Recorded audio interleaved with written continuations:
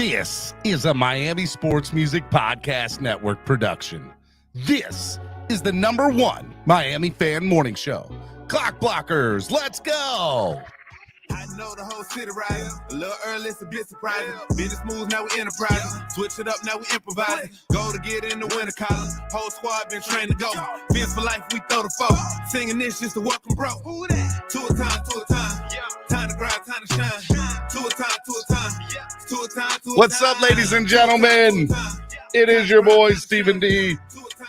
And this is Clock Blockers, the #1 Miami fan morning show.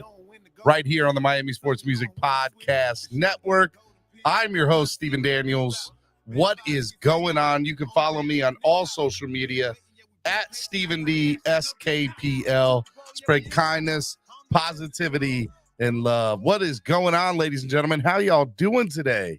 If you want to follow Miami Sports Music everywhere, you can follow them at Miami Sports Music or on Twitter or X or whatever it is you want to call it today at MIA Sports Music. That's right. Make sure y'all do that. Also, hey, look, if you want to hit that like button on your way in, I won't be mad at you, cuz make sure you hit that like button. Hit it, tap it, whatever you got to do to it.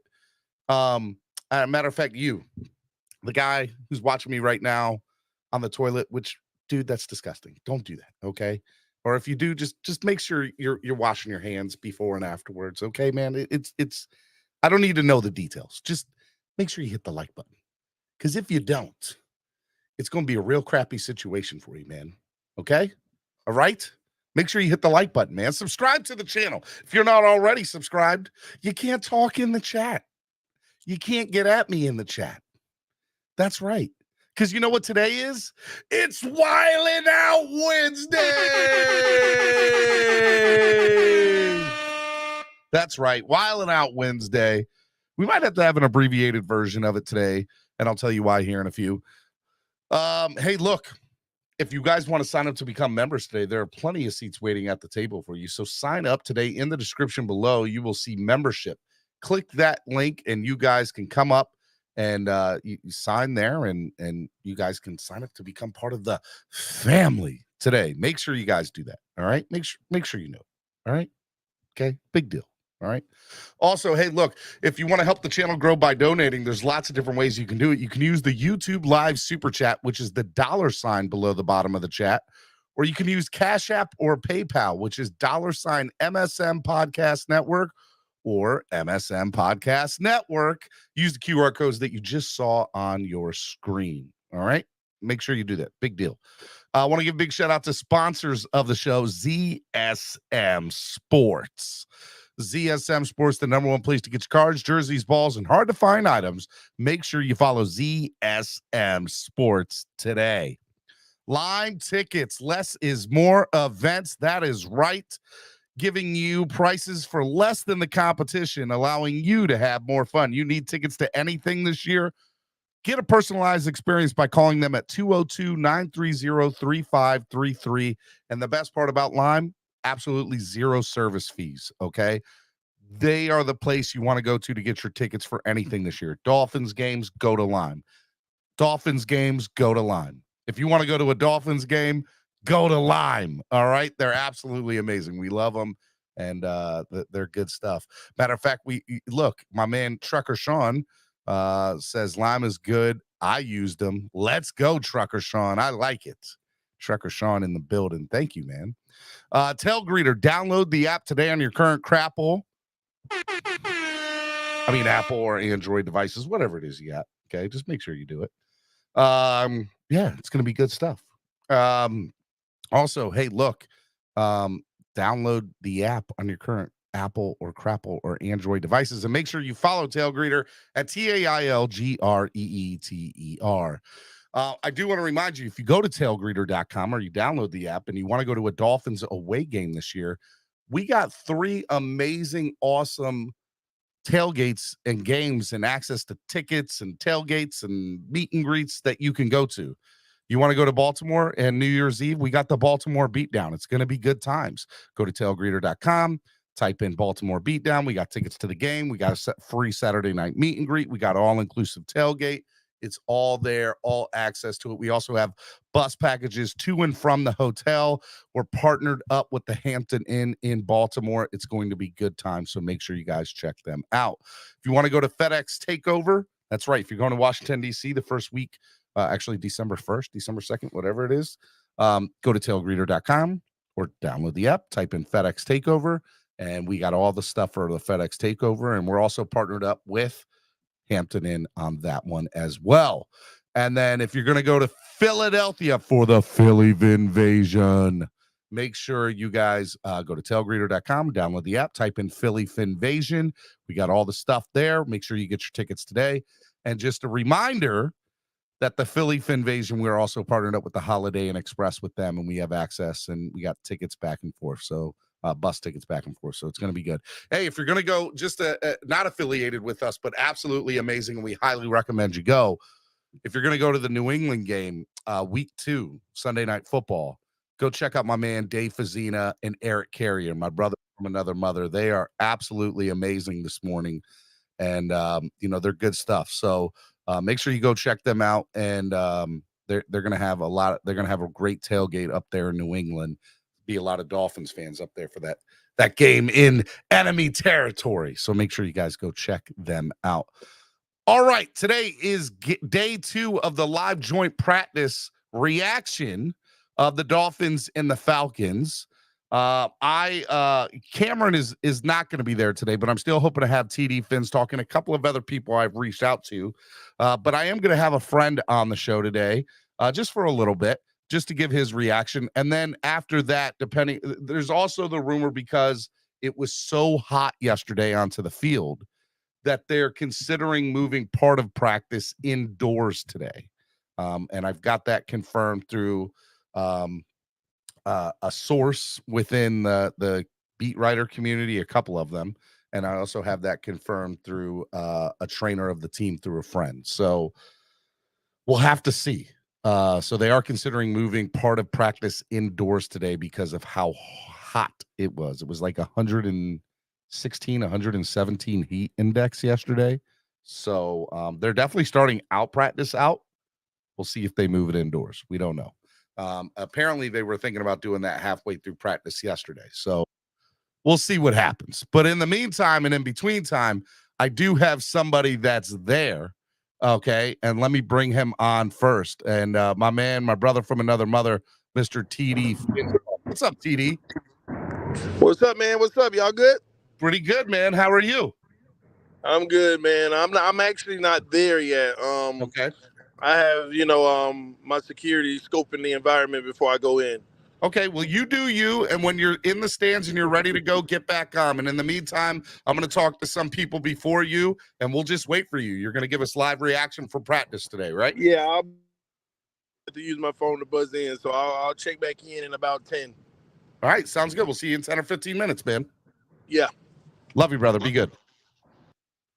All right. So we're going to have live reaction from practice. I've also reached out to a couple of other people that might be at practice today because I want to get you more than one perception or one point of view of practice today because, I want you guys to get that. So if you guys like what you see today, make sure you hit the like button, donate to the channel, help the channel grow. And let's have some fun today, man. It's Wildin' Out Wednesday. All right, one of my best friends in the community, I love this man. He does an absolutely amazing weekly newsletter that's called Dolphins Weekly. And I got to hang out a little bit with him in Canton, Ohio at the Hall of Fame. We had such a good time, man. So I haven't talked to him since the Hall of Fame. And he's usually on Fridays, and he's going to be on this Friday. But I wanted to bring him on for about 10 or 15 minutes this morning just to hang out and talk. So let me bring him on, just talk about training camp so far, these joint practices the last couple of days. Ladies and gentlemen, Mr. Jason Sarney. What up, Jason? Good morning, Dolphins. How's everybody doing this Wednesday? Hump day. Hump day. Hi-yo. Do you know what today is? It's hump day. What's up, man? Oh, man. Are you recovering from Canton? This is recovering. I'm reliving. I'm here in Pennsylvania PA. But I'm still in Canton, if you know what I'm saying. Oh, hey, look, I'm rocking the hat today. I'm rocking the new fitted from Canton, baby. I like it. I was looking at, like, there was a really cool hat that said the Hall, but I like fitted, so I got this one instead. So I hope this is a cool hat. But yeah, it's gonna be awesome, man. I'm a little upset on the hat front. Everyone knows I love my hats. I've been wearing this basically that same hat for decades. I've lost a lot of my hats through traveling. I don't know where they are. I'm really losing it, man. I'm very, very upset. We got to get you some new, because you're talking to the hat king, right? Don't I have like 60 hats? You're talking to the hat king. I don't know where my Miami 305 hat is. I don't know where my Montreal Expos hat is. Jason, when's your birthday? When's your birthday? It's January 18th, but that's neither here nor there. That's yeah. Well, I need to find my hats. So we're gonna have to get you a hat just because you're Jason Sarney. Starting to get a little funky. All right, so since we got you on, just real quick, because I know people are here to talk training camp, and I want to get into it so far what you think about training camp. But we just want to get your quick reaction from Canton this past weekend, man. Just give me the highlights real quick of what you thought about Canton this weekend, Zach Thomas's induction into the Hall of Fame. Very surreal. What I expected, I kind of got, and about a lot more that I didn't expect. Just, I just want to describe it kind of and do it justice. When you're walking through the Hall of Fame, it hits you because you're looking at the busts, you're looking at the memories, and then to me, I'm looking at Dan Marino, I'm looking at Jason Taylor, and then I'm looking at the empty space where they're going to put Zach Thomas in, and just like my whole childhood, just like kind of like flash before your eyes. Before me, and then like you bump into Sean Woodard, you bump into Tim Bowens, you see like just your heroes. I mean, even like. It was beyond. Hey, speaking of which, real quick, Tim Bowens will be on the show next week. Tim Bowens will be on the show. We haven't picked the day yet, but he will be on the show next week. That's a big get. Timbo. That is a big. I'm excited to get Tim Bowens on. I'm super stoked about it, actually. That is honestly a terrific pull because I like to kind of do my thing and not get lost in the moment. Sometimes there are times where I get lost in the moment and the 15-year-old kid just kind of like takes over. Yeah. Happened with Tim Bowens. Yeah. It just happened. Well, it was cool because I was talking with Richmond and I know you got a chance to spend some time with Richmond this weekend with me. And we were just chilling and it was funny because every 5 seconds people are asking for autographs and talking. We're talking about me moving down to Mississippi, and we're talking about Texas barbecue, and and all of a sudden this guy comes up behind him, and it's Timbo, and it was the embrace between the two was really cool. So, and Richmond gave me a soft introduction to Tim Bowens, and Tim Bowens is going to come onto the show, so I'm stoked about it. It was awesome. I had a great chance, and Sean Wooden's a great guy. So Sean's an okay guy. Let's not go out and say he's great. No, I'm just playing. I love Sean Wooden. I love Sean. Sean's a good Sean. We're gonna have Sean. We're gonna have Troy Drayton and Sean Wooden on the show in the next couple of weeks too.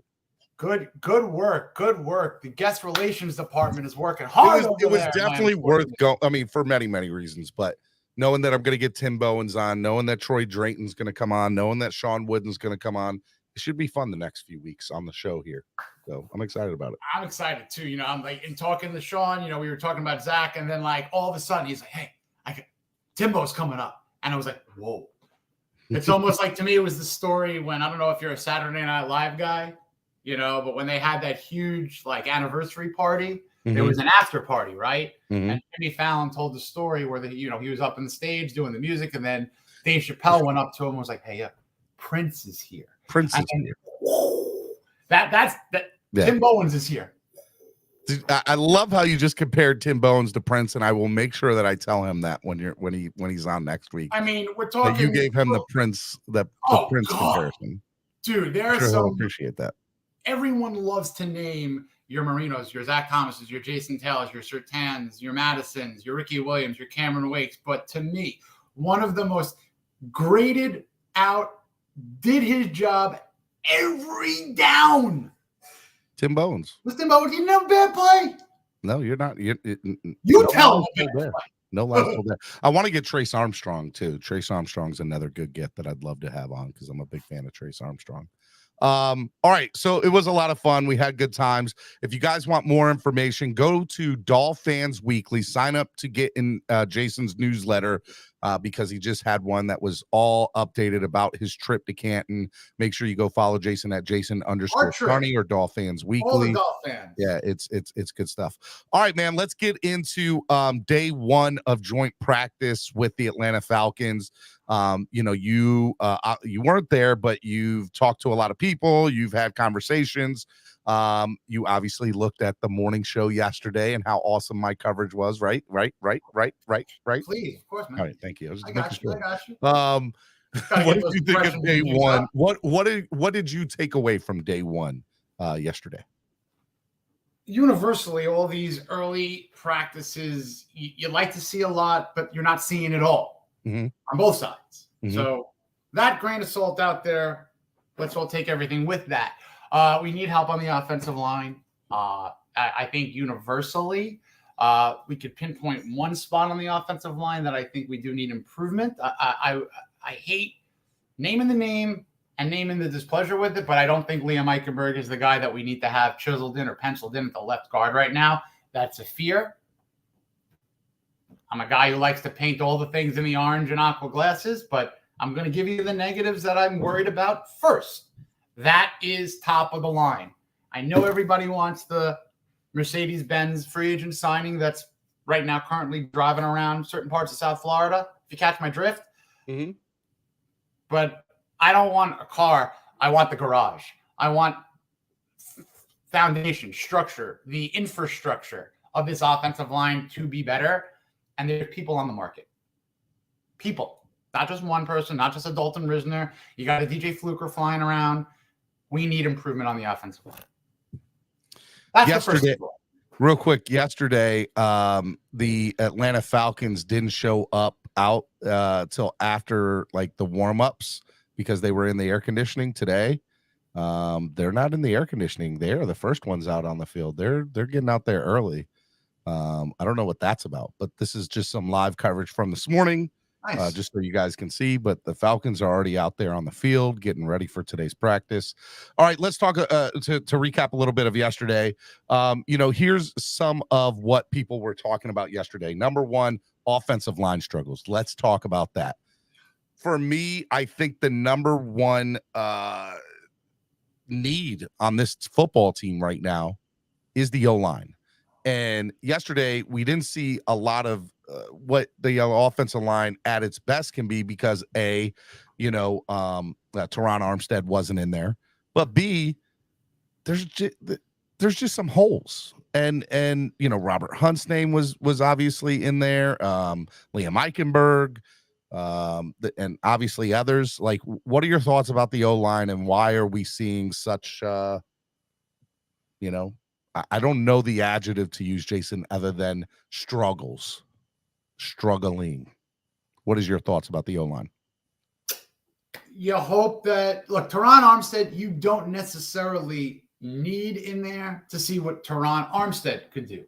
He could just literally wake up, roll out of bed, go play the game on game days. But what he brings to the full line is almost more valuable than what he is in and of itself. So, yeah, the line is going to look worse without him. That's not me saying I'm so terrified for when we're in season because Teron Armstead will help. What I'm worried about is that old, you're only as good as the weakest link kind of situation. So to me, the weakest link is a really, really porous link in the left guard. Now, on right tackle, I do know that we have some, Austin Jackson showed up at camp great. He's looking like, rather lean, rather svelte. Looks like he has been putting the work in. So to be determined on him right now, but I am saying that left guard needs improvement, whether it's someone internal that's going to step up. And as for the right tackle, we're looking like Kendall Lamb might be a really good swing tackle candidate. So whether that's coming on in for Teron or whether that's battling Jackson, there's hope there internally, let's say. But I think we have to outsource left guard. So apparently today there is no orange jersey today. No orange jersey today. So Good. message was sent to the Good. players that practice yesterday. Not so great. Look, as far as the offensive line is concerned for me, Jason, I look at it like this. The Miami Dolphins need to improve on the O-line. And for the last 2 or 3 months, I've been told by McDaniel, I've been told by Greer, hey, look, the media and the fans are more worried about the O-line. But it's clearly showing in practice that there's a struggle there or a disconnect. Now, I'm not going to put that on Butch Berry because this is his first tenure here. By the way, 9 offensive line coaches in 10 years. What do you want me to do about that? Get mad about the O-line coach that's been here for 7 weeks? Can't do it yet. But I do know that there are potential acquisitions for the taking out there. Zach Martin, maybe. Right now, he's holding out in Dallas. Now, that is a long shot. I'm not by any stretch of the imagination saying that that is something that is plausible for us, but why aren't the Dolphins at least having a conversation about something like that? Why, potentially, some of these guys that are, Dalton Risner. Yesterday, you were on social media saying Risner, and DJ Fluker's out here putting videos on social media. I do not understand why Dalton Risner and DJ Fluker are at least not in camp. And then even if that were not to work out, Zach Martin is obviously going to be available for teams if this holdout keeps going the way it is in Dallas. Zach Martin's the premium item. I don't know if we could be shopping in that market because of what's coming. Relax. I'm not saying what's running. I'm saying what's on the way. And when I say that there will be extensions, there will be. Okay? Mm-hmm. There's going to be a housekeeping done. The ball is bouncing on both sides of the ball. And I think that there is going to be rather soon an offensive mini extension and a defensive mega extension. Splice that how you want. In terms of the other things, and we know what that is. That's a running back on the market that's going to cost anywhere of $4 to $6 million. There's offensive linemen on the market that can cost anywhere from, 2.5 to $6 million if you're looking in different tiers. So are we getting everything that everyone wants? No. It just can't happen. And go ahead. But in order to protect our asset, aka numero uno, I'm getting quarterback uno, you got to have an offensive line, Jason. And it seems to be a struggle for this team. And I have to be honest with you, it's one that's bothering the hell out of me. I'm with you. So here's my prioritization of what's going on after what I think is going to happen, which is clearly what they are prioritizing, I believe. And that would be the elephant in the locker room, and that's Christian Wilkins. I do believe he's going to be signed up. Been working on a newsletter, folks. Do believe he's going to be locked up, and he's going to be extended. Now, specifically speaking on the Wilkins thing, before I get into the offensive line, a lot of people are saying, where is it? I think that it's like there, but there are particulars that might be bouncing back and forth. Guaranteed money, exact situations like incentives. They're almost, I just think that they're close. Maybe they're at the 10-yard line. All right, they're going to punch it in soon. As far as what's going to be left over, there's got to be funds that are allocated to hopefully bringing in a free agent lineman. Because if we're going into the season with what they have depth chart-wise, 1 through 5, I'm grading it as a 66, which is not good. It's not good at all, and it's not good enough to get us to a Super Bowl, in my opinion. I don't want to be, bullseye on the forehead here, but you're right. Because here's the thing, Jason, and I'm going to interrupt you. The goal here is not playoffs. The goal here is not playoff win. The goal here is AFC Championship game or Super Bowl. Because if you do not get to at least the minimum of the AFC Championship game, in my opinion, granted, this is my opinion, with this squad that we currently have, with the roster that we currently have, to me, it's a failure for this year. Now, I think that we have the capability of doing it. I think that when Teron Armstead is on this offensive line, it is clearly that much better. By far, leaps and bounds. But I do also know that I do not want to see the struggles that we had last year. And I think in order for this franchise to take that next step, we need the offensive line to take that next step. And maybe that answer is not currently in camp. I got to be honest with you. Listen, you're right. Everything you're saying, you're right. Everything we are right now a little bit concerned about. Because look, there's positives. This is not gloom and doom. There are plenty of positives. All right. And we're also dealing with the days before the first preseason game. So if this is the marathon, which it is for the season, we're like 5 feet out of the gate right now.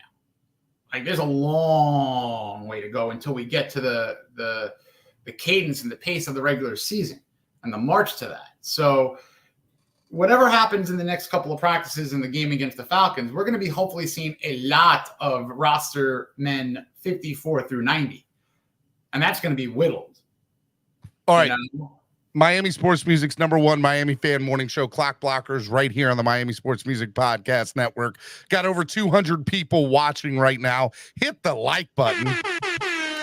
Today is day 2 live coverage, live joint practice reaction. We're bringing you live videos that's popping up on my Twitter feed of people that are currently there. We got TD Finstock that's there. He's going to be on a little bit later. Right now, I'm just chatting with Jason Sarney about the recap of yesterday's joint 1 practice. Jason will be on for the full show on Friday, so we'll talk more in detail on Friday. And obviously, make sure you guys go check out Dolphins Weekly. But a couple of other things I just want to talk about. So Braylon Sanders got hurt yesterday, and this is a little clip of Coach McDaniel talking about Braylon Sanders' injury. No, it was we were fortunate. It was a lower body injury that didn't produce any structural damage. So fortunately, expect him back not today or tomorrow, but in the foreseeable future, hopefully next week or something like that. But we'll see how it goes. Hey, one of the things that I want to discuss, Jason, is keeping players healthy this time of year. And we've already obviously had our fair share of experience with Jalen Ramsey getting hurt. By the way, his recovery looks unbelievable right now, right? But he's like Benjamin Button. No lies. He's going from bad to good in life. Facts. And we see Braylon Sanders getting hurt yesterday. Talk a little bit about Braylon just briefly, but just players staying healthy in general this time of year. Braylon Sanders last year was like Mr. August.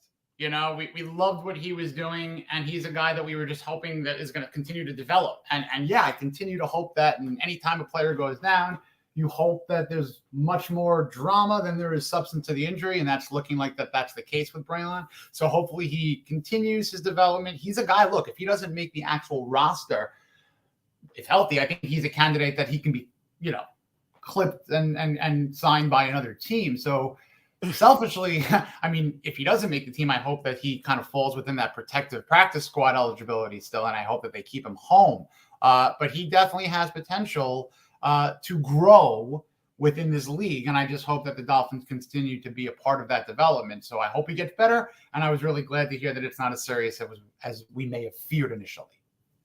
Yeah, I totally agree. Hey, little side note from practice today. Stephen Ross and Tom Garfinkel are obviously in attendance, but so is the great New York Giant Lawrence Taylor's at practice today. So really? That's pretty cool. Lawrence Taylor's at practice today, checking out the Dolphins. I think that's pretty cool, seeing some of the greats come and seeing what we have down in the southernmost part of the country of this football team that we have here, because let's be honest, man, we're good. And people know that we're good, and people are excited about us, and there's something to be said of that. And so there's an excitement with that. One of the other things about Mike McDaniel that he briefly touched on yesterday was how the offense performed. And so I just want to briefly give a little bit of a sound clip from Mike McDaniel about the offense performing yesterday. If the goal is average, then I was super pumped. I really like joint practices for the sake of I want everyone's best effort. The tricky thing about it is, and as I've learned over the course of my career, so what if the offense had the greatest practice in the history of all practices? Or the opposite happens, it's the worst practice. What does that mean for today? And that's kind of my point, is there was stuff that irritated me. There was stuff that pumped me up. We did physically strain through some heat against a new opponent. The main focus to me was that practice purposeful? How do you make it purposeful? Your approach today, and it's not the same mistakes. That we have procedural penalties. I'm hoping to not have any today. If we have some, as long as it's not the guys that did it the day before, I can work with that. It's when yesterday was a waste, then it's a bigger issue. So, all right, I want you to briefly just touch on what McDaniel was talking about there, Jason. I mean, look, he's saying, he literally called out the offense saying, look, if your goal is mediocrity, then bravo to you, which I love. I mean, look, complacency is killer. And I'm not going to, get terrified by reading into that and saying, oh my God, he thinks that the offense is peaking at average. No, it's creating a fire. It's motivation. It's when, same idea of Vic, maybe he's taking a page from Vic Fangio's playbook as a former head coach and a coordinator, basically saying, well, all right, maybe he doesn't know who a starter next to Javon Holland is. Maybe he doesn't want to hand out an orange jersey. Maybe, all right, David Long. All right, great. Sure. Okay. Sure. All right. Okay. He's not telling us, I'm thrilled. Everything's working swimmingly. Everyone kick your legs back and feet up and watch the fun. No, he's continuing, and so is McDaniel, to light a spark. Nothing is perfect. We only know that two things in this whole existence of life is perfect.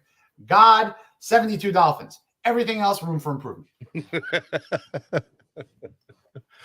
I love it, man. I love it. One of the other things that I think is important, especially this time of year, is the coaching, right? And yesterday, and by the way, this is Butch Berry doing some offensive line drills this morning with the guys. One of the things that I think is very important, Jason, is what he kind of touched on in that little sound clip was, if the same guys are making the same mistakes again today, then there's a huge problem. So I don't want to hear today are obviously the offensive line. I don't want to hear pre-snap penalty or, all starts. My hope is that Tua has a better day today, right? Skyler needs to have a better day today. Mike White needs to keep doing what he was doing yesterday and improving upon that as far as the quarterbacks go. As far as the defense is concerned, that they need to keep doing what they were doing yesterday too, right? So, I like the fact that there is no orange jersey today, because I think it keeps the players on their toes, and mostly it holds them accountable. And I think that that's what this team needs in order to be successful: accountability. Because if they are not doing that, if they are not being held accountable, then let's be honest, to get to a Super Bowl is going to be slim pickings, and they need to be held accountable for that. 100%. And something that a lesson that like my dad has always tried to give me, just as just any father can give to a son, is you can make a million mistakes. Just do your best not to make the same mistake twice.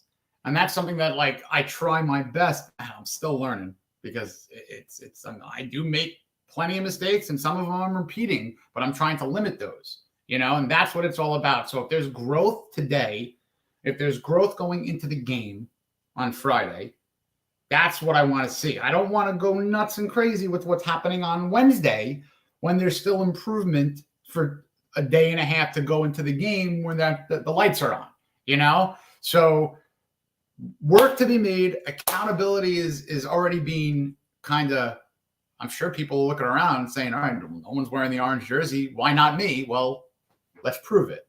So I like this. Who wins today? Who gets the jersey tomorrow? part of what we discussed yesterday is who currently has the number 2 starting job. And there's a lot of voices within the community, content creators, and even beat writers that are probably assuming that Mike White right now looks like the clear-cut number 2 over Skyler. But today, McDaniel said, quote, whichever quarterback plays first this Friday, whether it be Mike White or Skyler, isn't necessarily the backup. Good. What is your take from that? Good. I like a little bit of ambiguity. It's great. Again, if you go into a situation knowing something is rock solid, it could be a good thing, it could be a bad thing. But if there's ambiguity, you don't know what it is yet. So you got to control what you can control if you're a player and put the best stuff on film and let the powers that be analyze and decide. So I like this a lot. A lot. Dolphins not practicing today, according to Daniel Oyefusi 3 minutes ago on Twitter. To the public or inside?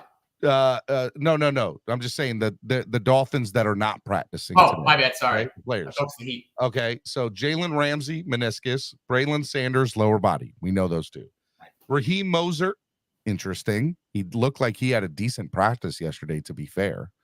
Keon Crossan and Ethan Bonner, and then Brandon Jones remains in the red non-contact jersey.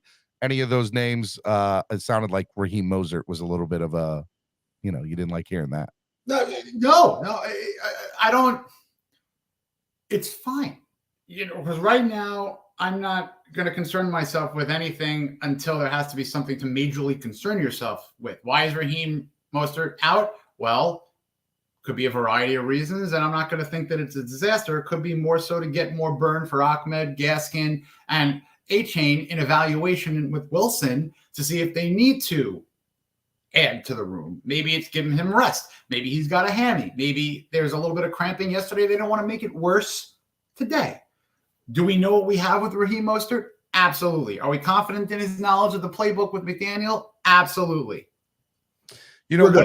One of the things that you and I have spoken about a lot on this show over the last several weeks is undrafted free agents. And one of those names is Brandon Peli. Yes, sir. And Brandon Peli, this is from yesterday, just a little bit of video from yesterday. He had a sack in 11 on 11s. Just briefly talk to me about Brandon Peli. What do you see from him? And, looks like he's making his, I always say, look, there's always going to be an undrafted free agent that makes their name in training camp, especially at the beginning. Last year it was Trill Williams, and then and obviously he got hurt, right? And and then Cater Kahu, if I'm correct. So no, it wasn't Kahu, but I'm trying to think who the other guy was, but I know Trill was the guy. Going back for several years, there's been Preston Williams who showed signs where we can talk about that in a whole other vein, but he was a guy who was an undrafted free agent, started across from Devontae Parker week 1 against the Ravens, scored the only touchdown, was leading the Finns in receiving before his punt return injury. So there's one. Nick Needham, there's another. Sam McGuavin, there's another. I'm sorry, Sam McGuavin was a CFL guy. He wasn't an undrafted free agent, so to speak. Cater Kohu, Trill Williams.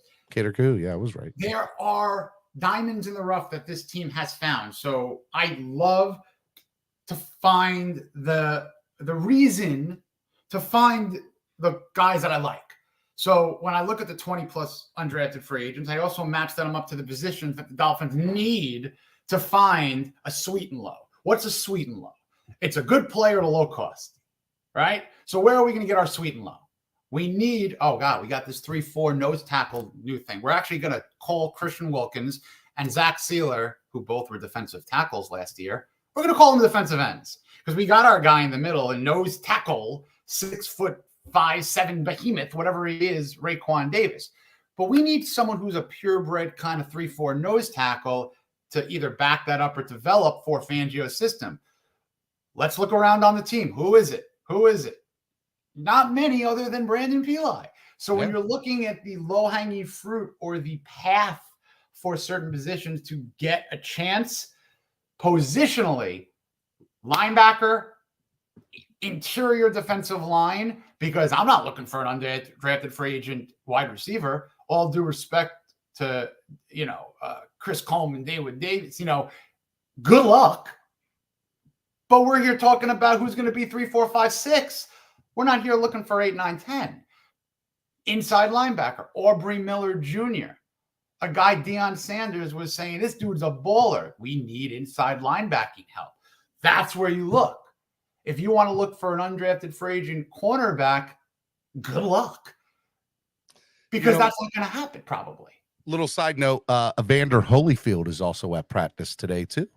I'll tell you a reason maybe why Lawrence Taylor might be at camp. This is just me just thinking and just like hoping. What position did Lawrence Taylor play? Defensive end. Linebacker. Well, he rushed the quarterback. Oh, he was like a linebacker. He was like the first linebacker who made the outside rushing edge of a linebacker. Before defensive end was a thing, he was what the typical defensive end would be. As Al Pacino basically was saying to his character Shark LaVey, he made a quantum leap in the game. Yes, and that was for Lawrence Taylor. Maybe he's watching defensive coordinator, expert linebacking coach Vic Fangio work, and maybe he's saying, "Oh man, that dude Jalen Phillips, I like him." That's just. I also think he's looking at Bradley Chubb too. Oh, me too. I know. Yeah, but I like the fact that legendary Lawrence Taylor has no business being at a Dolphin camp, but he might have some fun work to be doing, just looking at greatness, watching greatness, and him watching Fangio work. Look, people are getting on me that I didn't say linebacker. Look, he rushed that quarterback at the end. Correct. He was a pass rusher. Call him a sack. People, semantics, okay? But nonetheless, he revolutionized the game. So, but somebody in the chat just said a little bit ago, it's really cool that some of these greats are visiting practice, and even somebody in other sports like Evander Holyfield, because I got to be honest, man.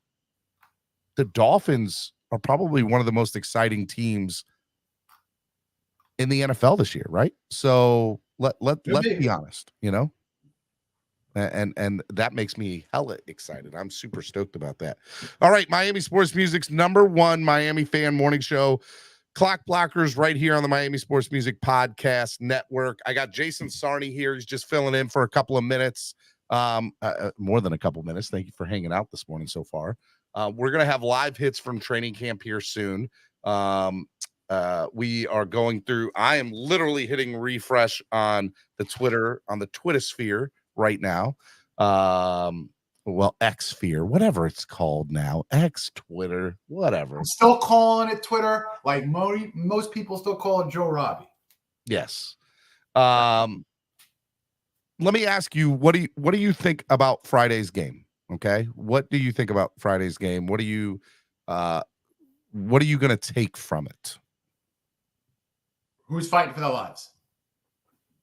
Guys guys on the bubble, Not just the undrafted free agents.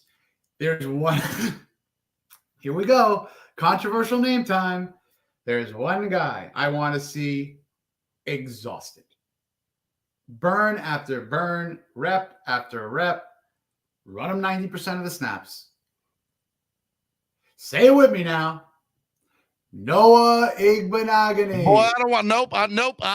I want to. It's been real. You've been so great on the show today, Jason. I don't want to talk about Noah.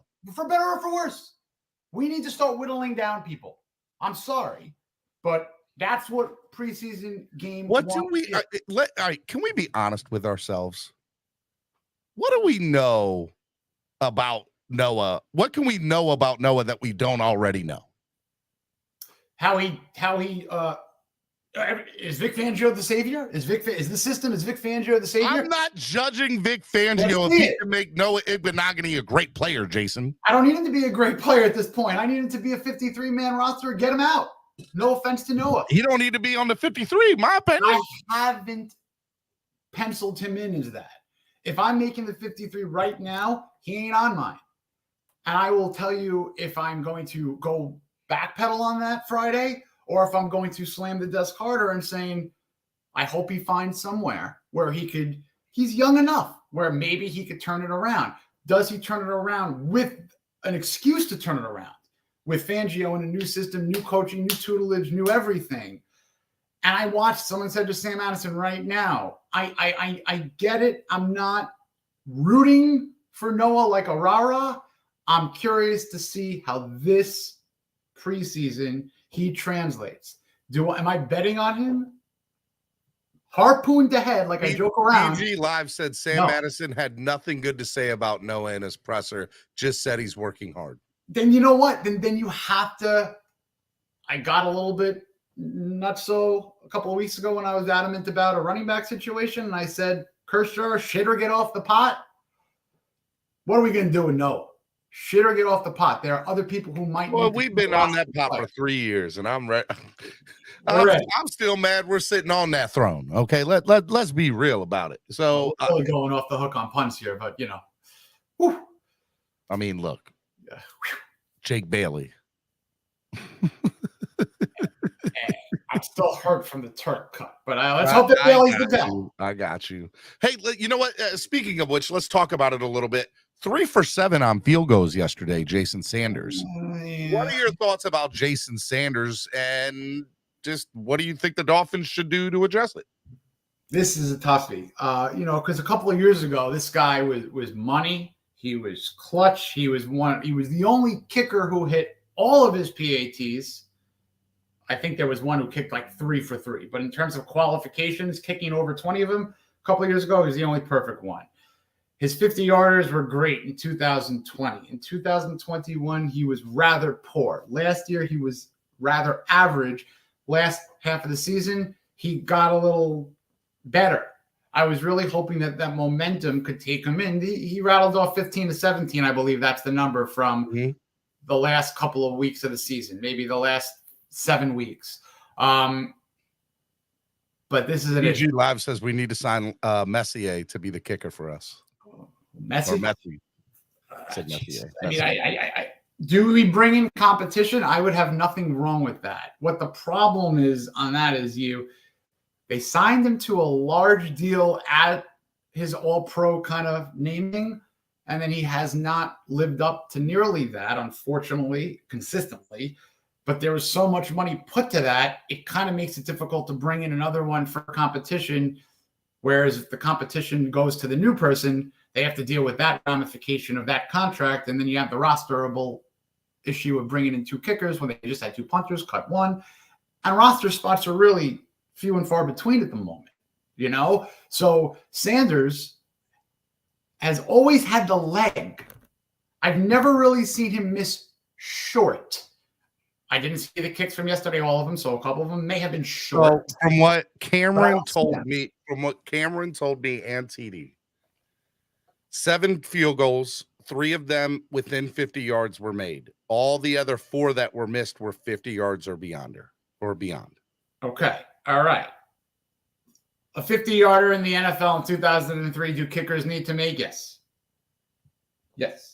55-yarders, look. Steph Curry is phenomenal from behind the 3-point arc. Not everybody could shoot like him from distance. So not everybody could hit consistently from distance like Justin Tucker, But what we need from Sanders, and we used to have that, 42 yards, no worries. 45 yards, wind, no worries. That's what we need to get back because they've been hooking. They've been going a little right, a little left, but they're not clunking on the carpet before it reaches. They're not. He has the leg. It might be extremely mental. I don't know what else to say, but I'm hoping that it's fixed. I had that fun holder stuff. I don't know. I people that watch my show, Josie, yes, we are going to get live coverage from practice today. We're just waiting for the people that are there to click in. Just so you know, they're still working out. Nothing's happening yet. Right now, I think there's some punters and some kicking stuff going on, but that's about it. Show it. I don't have it. I'm kidding. And even if I did, I couldn't show it live. I don't want the Dolphins to be like, what's up? Chris Perkins 1 minute ago says Jake Bailey looking good through 3 punts, good distance, hang time, and direction. Good. Omar Kelly says no orange jerseys today. Statement ? Or just being respectful to the Falcons ? That's an interesting point. But statement. 55% statement. Mozart not practicing today with sideline without pads. We saw this already. It's fine. Take a day. Let's see here. Here we go. Here's some video. Just some fun video from the Dolphins, day 2. Getting ready. Oh, there's the gank. Have you liked what you've heard of that FM so far in training camp? Andrew Van Ginkel put in work this offseason, folks. I mean, look, a couple of years ago when he was a rookie, I said this before, tall kind of linebacker, long and lean. Now this guy is putting on lean muscle mass. He worked. He is getting inside linebacker strength and size to match his outside speed and long frame. So have I seen a ton on the field when I was there? No, I haven't seen anything went crazy on field, but there's a 5-year veteran who is re-signed for purpose and has plans from Vic Fangio. So the proof is in the pudding with how he's worked.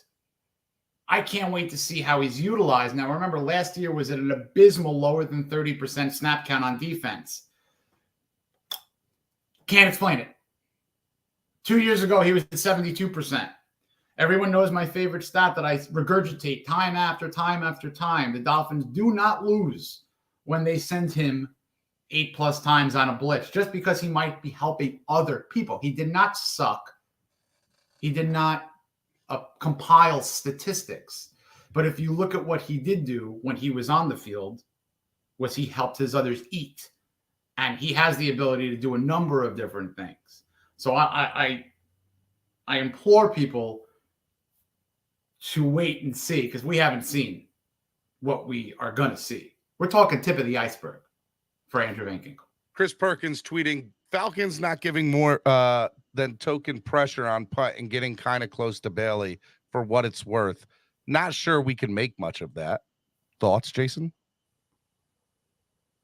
So he's saying that good punts. They're not even giving that much. They're not giving pressure. And they're still getting close. Okay.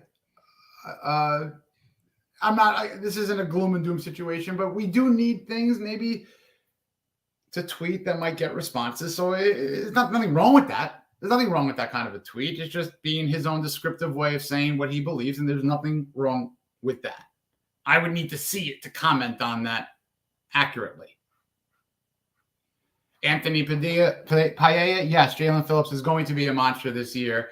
I saw him up close, man. Jesus, is he a football player? He's a monster. He's a monster.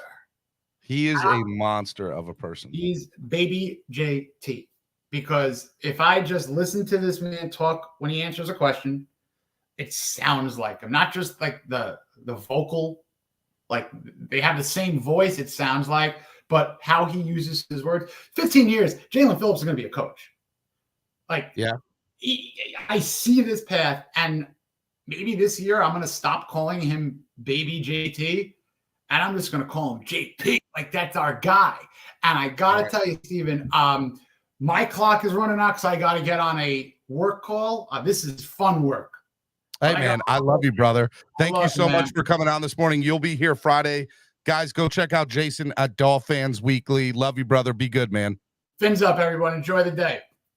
All right, Miami Sports Music's #1 Miami fan morning show, Clock Blockers. We got live coverage right now from training camp. My man TD Fins Talk is in the building. What's up, TD? Hey, real quick, let me catch y'all up. We're 7-on-6 in the red zone tour. Had 3 passes already, 1 to the left in the flat for about 4 yards, 1 to the right in the flat to Tyreek for about 6. Tyreek was bad because he wanted the ball placed inside so he could get the touchdown, but since it was on the outside, he only got to the 2-yard line. The next play, Tua went through progressions, which is a huge plus. I love when I see this right here's a pass to Durham Smythe. Okay, real quick, Tua went through his progressions on the 3rd one, and I love seeing that. Nowhere to go, so he dumped it off, but the receiver kind of dropped it, almost got picked. And the last one, he just threw a wheel route in the end zone for a touchdown on 7-on-7. He just threw another one in the middle for like 7 yards to Chosen for another touchdown. So a quick little dart. Joe Shad saying Dolphins offensive line today is doing drills like they're pissed off. Well, let's see if that transforms in 11 on 11s. All right, so here comes the 5th play, I believe. Tua and company coming out of the huddle. So far he's looking good like he did yesterday in 7 Nando on 7. Talk says Tua to Alec Ingold touchdown in 7 on 11. Cook the Falcons. Cook. Terrible pass in the back of the end zone to the tight end in triple coverage. Tight end jump, but it wouldn't dare be able to catch it behind him. Here we go. This is the touchdown to Tua. I mean to Tyreek. Tua to Tyreek. Tyreek didn't catch a touchdown. I mean, there's one here in 7 on 7s. That's not a touchdown. It's at the 2-yard line. Oh, is it? Yeah. Oh, yeah, it is. I'm giving you the real. I don't know who said it was a touchdown. Tua going through progressions again. Tua rolls left, throws it away. He in the dirt. Good job getting rid of it. And he didn't say touchdown. He said Tua to Tyreek in red zone. I read that wrong. Sorry, King of Finland. It said in red zone. Oh, I want people to say I was lying. No, I got you. Safid Dean said some early happenings. Tua complete to Tyreek. A drop back by Jeff Wilson. Touchdown Alec Ingold and Chosen Anderson in 7 on 7. Robert Hunt and Isaiah winning reps in the 1-on-1s versus the O-line. All right, Tua getting some heavy work here. He gets another play. This might be like the 8th play. He got the big weapons on the field right now with Tyreek and Waddle. All right, Tua back to pass. Tua looking, throws. Oh my gosh. Tyreek catches a touchdown, but I'm going to tell you now, that's an interception, man. And literally the DB had the pick and literally plopped it in the air, and Tyreek is the lucky recipient. And Tyreek dunks it over the goalpost afterwards. He literally threw it straight. But you know what? It wasn't, TD. It wasn't an interception because it didn't happen. Steven, he literally threw it right to. He literally threw it right to the DB, and the DB was so shocked that he was like, "Whoa!" and plopped it up in the air. All right, Mike White time. Let's see if he continues cooking or not. 7 on 6, back to pass. Mike White looking, throws a dart. Ooh! Now that is a pass in tight coverage to Chosen Anderson. Hey, how you think Mike White been looking? We got our number 2. Yeah, it ain't gonna be no tired like Teddy and those guys. Well, we hope. We hope, but if we gotta use them, I feel good about them. My bad. I'm talking to huh? No. He makes the team for me for sure. Chosen has been balling. That was the catch in the pass there. Miami Sports Music's number 1 Miami fan morning show. I got TD Mike White live at training camp. Ooh, touchdown! Another dart by Mike White. Touchdown on the fake out coming in. Went through progressions, and we got a penalty on the defense, but in real life it's declined because we got 7.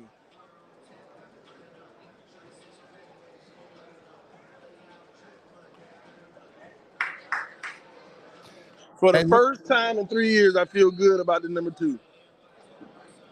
I can't with you, TD, for the Safid Dean said Tyreek Hill and Mac Hollins both with dunks on goalposts after touchdowns in 7 Mike White 7. back to pass. Another dart. Gets to the 1-yard line. So he throws like a 13-yard pass. So that one got to the 1. Much better vibe from the O-line and D-line today on Twitter. People are saying. Hey, Stephen D. Mike White is cooking, bro. And his first, second, and third read ain't been there, and he's still been finding the guy throwing darts. Like, all of these passes are like his 4th read.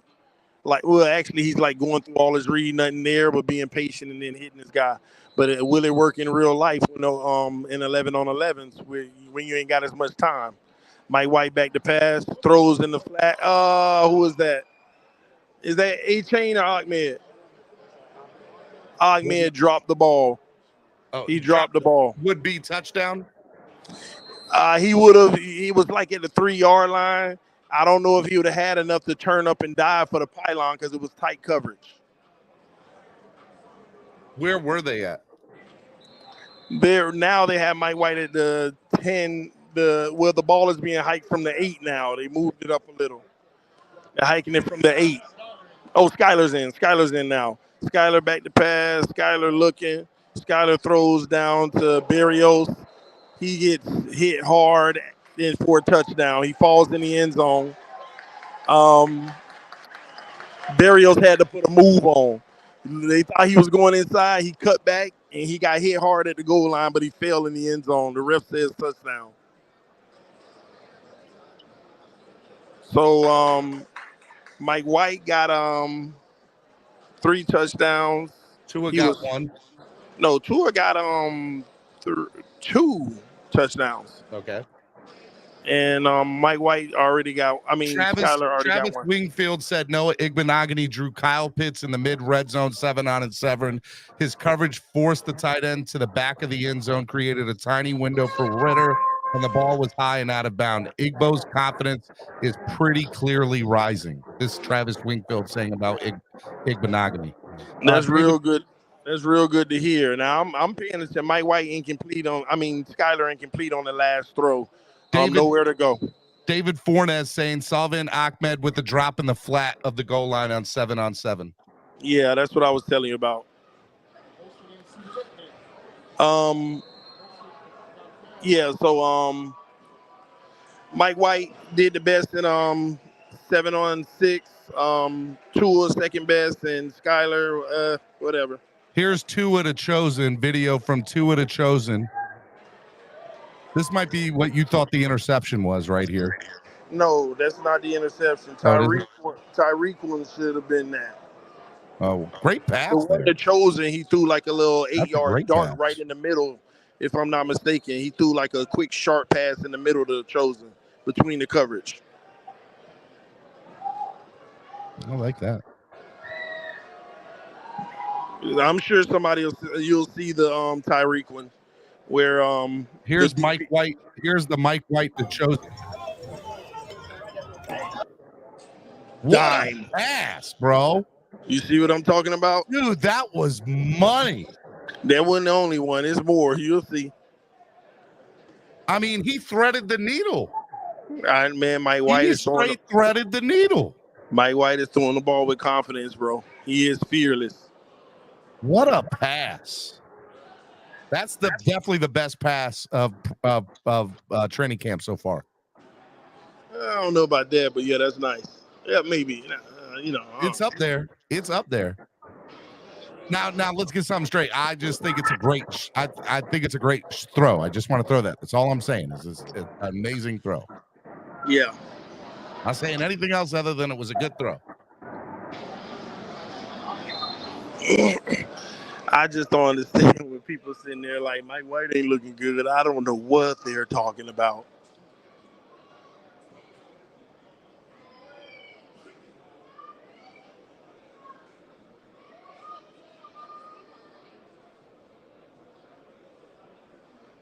So it's just special teams right now. Punt team on the field.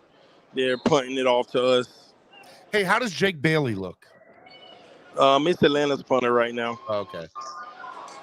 All right, Chris Perkins saying we're seeing a little feistiness out here in practice. Guess McDaniel got on the fins about yesterday's uninspired practice, and both teams are getting competitive. Barrios was knocked to the ground on a touchdown reception and got up woofing. Yeah. He got in the guy's face like, yeah, and what? Because he did make the touchdown. King of Finland says, looks like the offensive line got the message. They are straight dominating on one-on-ones versus the Falcons defensive line today. Well, let me ask you a question, Steven. Yesterday, they said that the O-line won the one-on-ones, right? Well, I didn't get that from them. I felt like there was a couple of times they said it, but afterwards there was a lot of people that said they didn't look good. But they didn't look good in practice. Yeah. The 11-on-11 as a whole, I thought they held up enough yesterday in 11-on-11s. But they, individually, you always had somebody getting worked, Yeah, no doubt.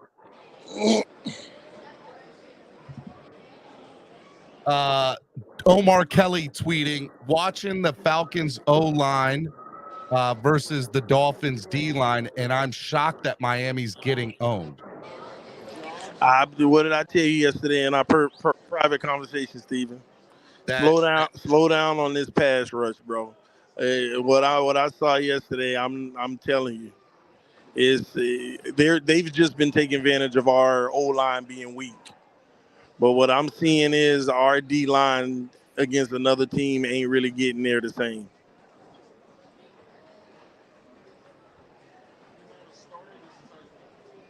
Marcel Lewis Jock says, much better performance from the Dolphins offensive line today. Won most of the reps I saw, particularly the starters, minus Liam Eichenberg. Very interesting that he pointed that out. You know what? It's time for me to be a Liamier. Is that how I should say it? A Liamier? Liamier it is, my friend. Liamier it is. Yeah, anybody that say something negative about Liam Eichenberg on Twitter, I'm going to be like, you need to be canceled. I'm tired of you being negative about our left guard. Everything you say is negative about our left guard. Gosh. All you do is pick on the kid. Is that contradiction, Steven? No, I don't think so. I mean, look, it's. I think you're being. I think you're trying to prove a point by saying that. But what I will say to you, of course. but what I will say to you is it is a little hypocritical for people to be like, well, you can say something about one player, but you can't say something about another. Oh, I was just asking, just making sure. By clear definition, is it hypocritical? Yes, but we also know that there are certain positions that are going to get more critique than other positions. Still hypocritical. It is. I'm not saying it's not. But I can't stand those people though, man. Liam is that's my left guard. Ingold pass. This is a 2 to Alec Ingold pass you're watching. That must be the wheel route. He was wide open.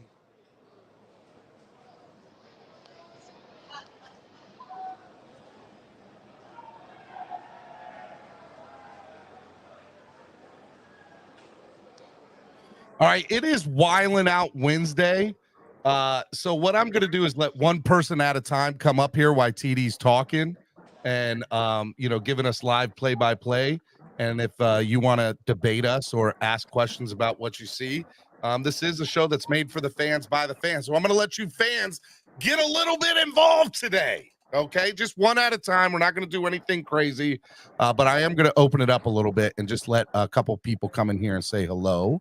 And if you have questions for TD and you want to ask him what he's seeing, TD's there. So I'm going to drop the link in the chat for you.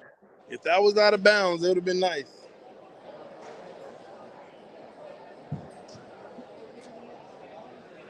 Oh, my bad. You asked me something, Steven? No.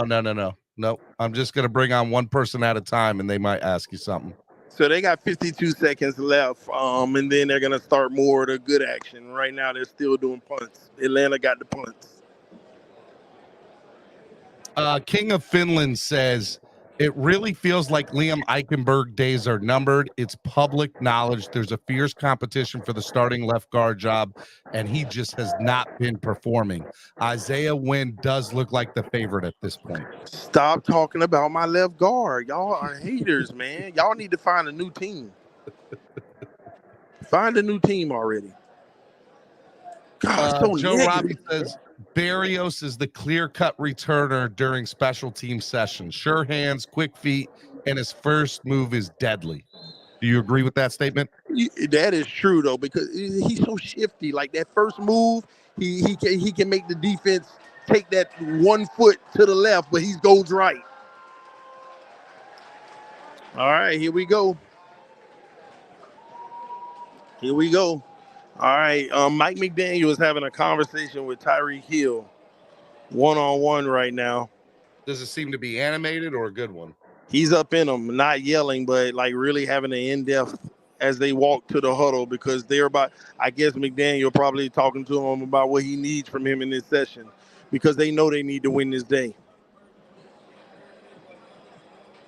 All right, we got our first person up here. EM Baller is just going to come in and say hello, say a couple things. I feel like Tyreek about to cook, bro. EM, good morning, man. Hey, good morning, everybody. How's everyone doing on this fine day? Hey, TD, I appreciate the play-by-play coverage. 100, bro. And keep talking, but then I'll be giving narrative. If I cut you off, I'm sorry. I just don't want to miss stuff. No, that's fine. That's fine. Cut me off anytime because people rather hear play-by-play it instead of just me just being up here for a little bit. I won't be too long, but Go ahead, Ian. Go ahead and preach, man. What do you want to talk about? all right. So one thing I did want to say is that have you saw? I know you're focusing on the quarterbacks mostly, but have you peeked at the offensive line? Because I heard the offensive line is doing a pretty good job. Well, I'm about to find out right.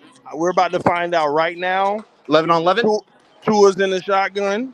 All right. One to the right, one to the left. They hand it off up the middle, and that's going to be a 3-yard run. And who is that? Williams? Who is that? No, number 58. We're in the trenches. Connor Williams. Connor Williams. Okay.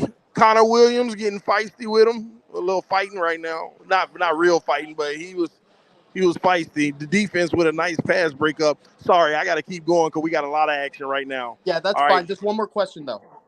Is Liam starting at left guard right now? Hold on. You got to give me a second. No problem. Let's see. Ahmed is gonna get about 8 yards on the run. Okay, what's Eichenberg number again? Eichenberg's number is 74. I don't think he's starting right now. Ooh, I like the sound of that. No. Right, Ian, I'll verify in a second. No, Eichenberg. All right, I'm gonna go TD. I'm gonna go back and hear your coverage. Keep up the great work. Love 70. Who is 77? Who is 70? 77. Win is starting right now. Win is starting. This is the starting lineup right now. Tua back to pass. Oh, Waddle catches it in traffic for about 7 yards. Omar Kelly says Xavier and Howard breaks up the first pass in 11 on 11. Yeah, I didn't know who caught that. The DB thought he had it, but Waddle ended up snatching it away. Daniel Oyefusi says Teron Armstead is participating in 11 on 11s today. All right, I think we're going to take a shot here. Tua under center, Tyreek in motion. Tua fakes the toss, back to pass. Tua rolls left, throws. Chosen, incomplete. That's a dime by Tua, but Chosen can't hold on. The DB made a great play and jarred it out. And Chosen just dropped it. Huh? Chosen just dropped it? He didn't just drop it. He actually caught it, but the DB in perfect position got it out. That was a dime by Tua running on the run. That would have been like a 17-yard game.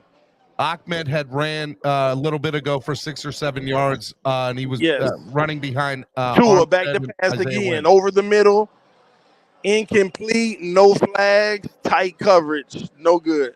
Omar Kelly says Jerome Baker hurt himself on the second 11 on 11 and got pulled out for Duke Riley. That's tough. All right, we got some time between Tua's rep. Atlanta in the shotgun. They're on the second field far away, but I can see it. They hand it off, cut back, and that's going to be a negative 1 yard gain. All right, Tua breaking the huddle. Isaiah Wynn getting the starting reps. Trips, butt quads to the left. That tells me somebody's probably going to go in motion. Yep. Here's a run.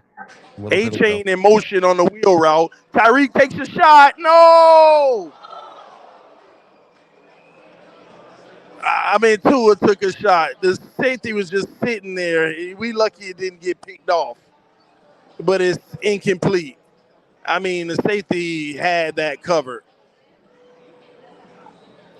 We just took a shot, Shouldn't have, but we did. That same play we just saw on the screen. Here's the side version of it. You mean the shot? No, this is the Ahmed run. Oh, okay. All right, Mike White time. Mike White fakes the handoff. Pressure coming through. He steps up. We got a flag. He dumps it off in the flat to A-chain for about 7 yards. Now, keep this in mind. What's the flag for? A-chain actually got like 2 or 3 reps with the first team in Tua's reps at the end. So that's interesting to me. What was the flag for? Do you know? It was probably on the O line. Was that on the O line holding? They were getting back there quick though. And Mike White got rid of it, but it was holding. It might have even been a sack. Mike White, I formation, hands it off. A-chain cutback, gets 3 yards. I would like A-chain right there to use his speed and like stutter step backwards and bounce on the outside. Omar Kelly saying pressure from Zach Seiler leads to a bad throw from Taylor Heineke. Joe Shad said Teron Armstead and Isaiah Wynn playing key roles for the Dolphins in today's practice versus the Falcons. Yes. So Mike White's dealing with that Eichenberg unit right now. And Lamb is that right tackle. 42 seconds ago, Jerome Baker back in the tackle backfield of Allgaier. So Jerome Baker's back in. He's not hurt. Mike White back to pass. Nice. Tight coverage to Waddle. Waddle looks a little shaken up. Come on, Waddle. Don't tell me you got a shoulder injury. No, don't play it around like this. Waddle's on the ground, y'all. Mike McDaniel, the training staff, running out to him. I hope it's just his air. But he's holding his back now. Ah, crap. His ribs or something. Tyreek went up to him now. He stood up. All right, let's go. He walking off the field, but he has stood up. Atlanta just got a 25-yard pass, deep, like coming on a deep crosser against our defense. Waddle's banged up. He's headed to the sideline. I'll let you know if he's going inside. All right, keep me updated. Guys, hit the like button if you like the coverage today. Donate to the channel. Help the channel grow. Yeah, they're taking Waddle inside the building now. Shit. I think he's just a little bruiser or something. I'm hoping. All right, Mike White checks at the line. Takes the snap, hands it off. Gaskins cut through. Not much there. They gave him line of scrimmage. 1 yard. On the other field, they just ran it for like 8 yards on us. Atlanta got by like an 8-yard run. Yeah, Waddle's walking in with 2 trainers. He keep holding his lower stomach rib area on the right side. Adam Beasley said Jalen Waddle is holding his left side. His right side is his right. Okay. Mike White back to pass. Oh no, this is Skyler. Oh, that's holding, ref. Yep, they throw the flag. It was you could tell Skyler wanted to go deep to Barry. Oh, he finds Tyreek for a 12-yard out. You could tell they wanted to go to Barrios deep, but they held Barrios because they were getting beat so bad. So Skyler didn't go there. So good. Omar Kelly said that Jalen Waddle was clutching his torso. Yeah, hopefully it's nothing. Yeah, I'm seeing him way down there walking in the building right now. Yeah, no, we can't have that. All right, Atlanta is back to pass. Atlanta dumps off. Picked off. Who was that? I don't know. He got his jersey rolled off. It's a pick 6 Miami got, and incomplete to Cedric Wilson on our side. You're gonna have to wait to see who is that? 50? No, 30. I can't tell. Somebody on Twitter will tell you who it is, but it was a pick 6. We got a pick 6 on our defense. All right, I'll look to see who it might have been.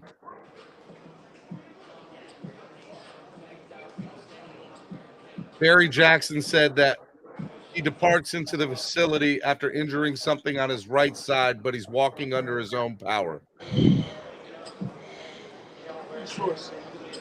I hope I think he's fine. Hopefully a little bruiser or something simple. You think he'll be done for the day? I'm sure. I mean, because they're gonna do tests and stuff because he was holding it pretty bad. He feels some pain somewhere. So Cam Smith had the pick 6 or the pick there. Cam Smith was the pick 6. Nice. Yeah. All right, here we go. We got open. Oh, no. It wasn't. It was Keandre Smith. Safety. Keandre Smith. Safety, they said. All right, here we go. Tua's back in 11 on 11s. We got a power run formation. One receiver to the right, one to the left. Tyreek in man-to-man, so we might be taking a play-action shot. Yep, we fake it. Oh, my gosh. Who just got beat that bad? Who is 73? Is that Austin Jackson? Oh, my gosh. He just got beat so bad. Who was it?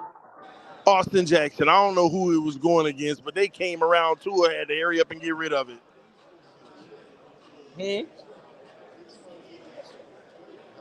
Here is a Tua to Waddle pass. Tua to Waddle. There was nobody there for the no emotion. It was just Tyreek on the outside. Tua hands it off to Jeff Wilson. He's gonna get 1, 2, 3 yards to the left. Oh, they fighting. We got flags. They are fighting. They're like legitimately fighting. All right, let's go. The trenches are fighting. I like it. And I know Christian Wilkins involved in there. No, it's our offensive line. Christian Wilkins them on the other field. Oh, Atlanta okay. just drops an easy 10-yard pass. Nando Talk says Tua to Alec Old is always in capital letters, smooth like butter. I don't think Tua wanted to go there. That play was set up for a big play. But Austin Jackson got beat so bad, Tua was smart to get rid of it and dump it off to Ingle. That was a fake toss, comeback, and Tyreek was going on like a deep crosser. I don't know if it would have been open. Omar Kelly says the Falcons offense converted only 1 first down in the first 11 on 11. He said, quote, it was ugly. Well, they dropping passes and everything. All right, they're in the shotgun right now, Atlanta. Atlanta takes the snap. We send an all-out blitz. The quarterback gets free. He throws, finds the tight end. There's a nice play. Nando talks says Atlanta Falcons are crying. Small brawl. Play action. Tua. Oh, my gosh. Tua running for his life, bro. Who is 73? 73. 73 is Austin Jackson. He wasn't the only one, though. Whoever 58 was, too, kind of let it was too. Oh, my gosh.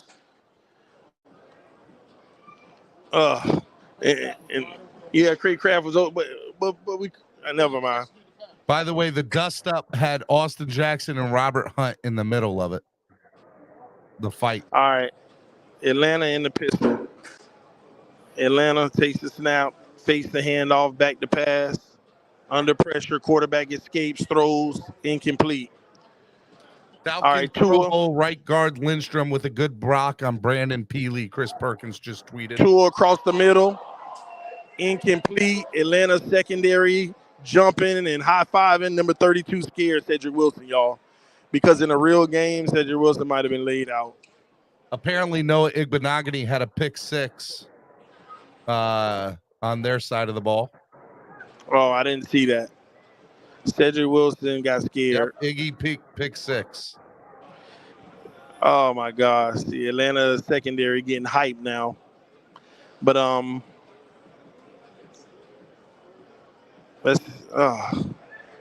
on, offense. Here, this is an Alec Ingold pass again. Atlanta with a nice run for about 10 yards. It seems to be that Tua's checking down a lot to Ingold, TD. Well, he got to. Let's see. Hold on. Atlanta, shotgun. Chosen in motion behind Tyreek. Back to pass. Tua throws over the middle. Incomplete. We got a flag. They're going to call a flag. They're going to say holding. Tua threw it low. Chosen was open on the out. Holding on offense or defense?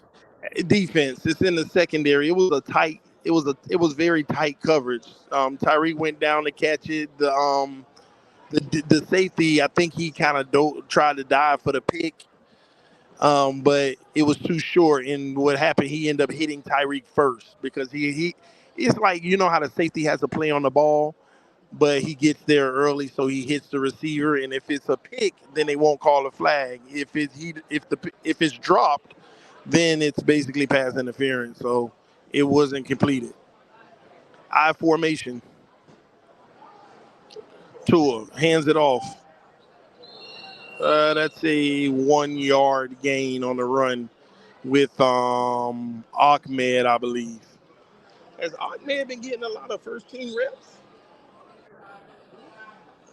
Who is that? Is that Ahmed? He's been getting a lot of first team reps.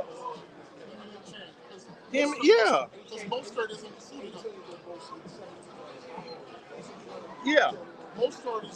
Yeah, I know where most are in dress, but they chose Ahmed as the O2 fakes the hand. Run, slide. No. Hey, you gotta slide though. Omar Kelly said sack for Jalen Phillips with Siler Yeah, on the pressure.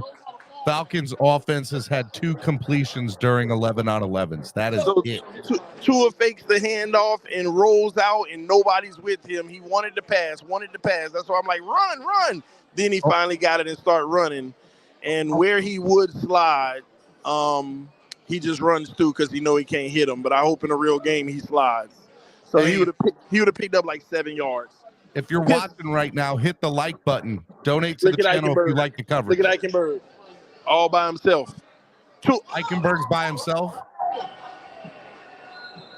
Omar Kelly says Channing Tindall shot the gap and was in the backfield in position to make a tackle. Finally, Tua on the last play throws it in the flat with nobody. It's like I don't even know what the receiver was doing. Omar Kelly tweeting, everybody is working at first team guard today. You get snaps. You get some snaps. You get some snaps. But let me tell you something. Liam Eichenberg has been by himself, like not away from the team, but not in a crowd with anybody. So basically, we couldn't get the first down, so we punted the ball without punting. 2 reps are done. We're in that session where you move the ball down the field if you can. If you can't, then you're done. 2's done, and now Mike White's in. So no success on the first team drive. Chris Perkins said Tua ran for maybe 8 yards on a naked boot. Wow. Yeah. So did you hear me, Steven? Yeah, I'm listening to you. This is the part of practice where you move the ball down the field if you can. If you can't, then you're off, and now the next team. So it's Mike White's turn. Okay. So technically, the first team offense was not successful scoring against Atlanta, not even a field goal. We stalled at around the 40-yard line. Joe Shad said Dolphins aren't taking any shit today. Pushing, shoving, shenanigans at the end of the play with the Dolphins O and the Falcons D on the field. Mike White back to pass. Mike White. Ooh! 11-yard catch over the middle. Yeah, and the receiver was falling, but he still caught the ball. Atlanta quarterback running for their life. One of them just picked up like 5 yards, 10 yards running. No, the ref says 6 yards, so they say he was down at that point. All right. Joe Robbie on Twitter says Atlanta's quarterback play has been absolutely abysmal today. Sack after sack combined for overthrows and interior pressure, causing them to scramble out of the pocket. All of this without having to call a jailbreak blitz. Who would have thunk it? That's a 2-yard gain for the Miami offense on a handoff. Mike White has the offense at the 43-yard line, and it is 2nd and 8. 2nd and 8.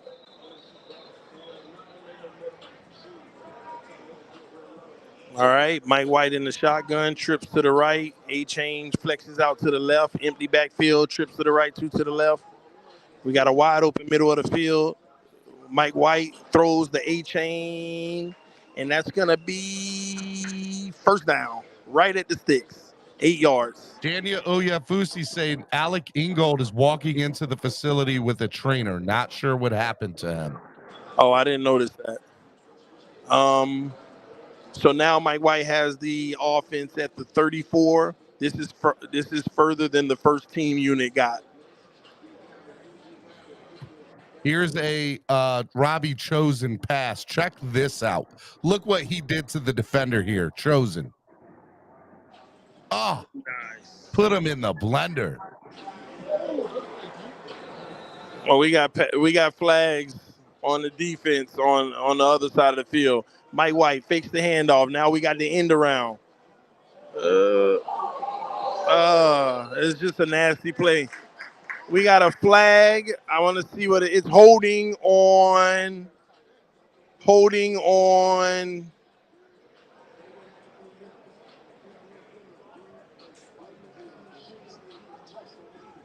Omar Kelly says, I haven't seen Christian Wilkins in 11 on 11s today. He's here, not mixing it up.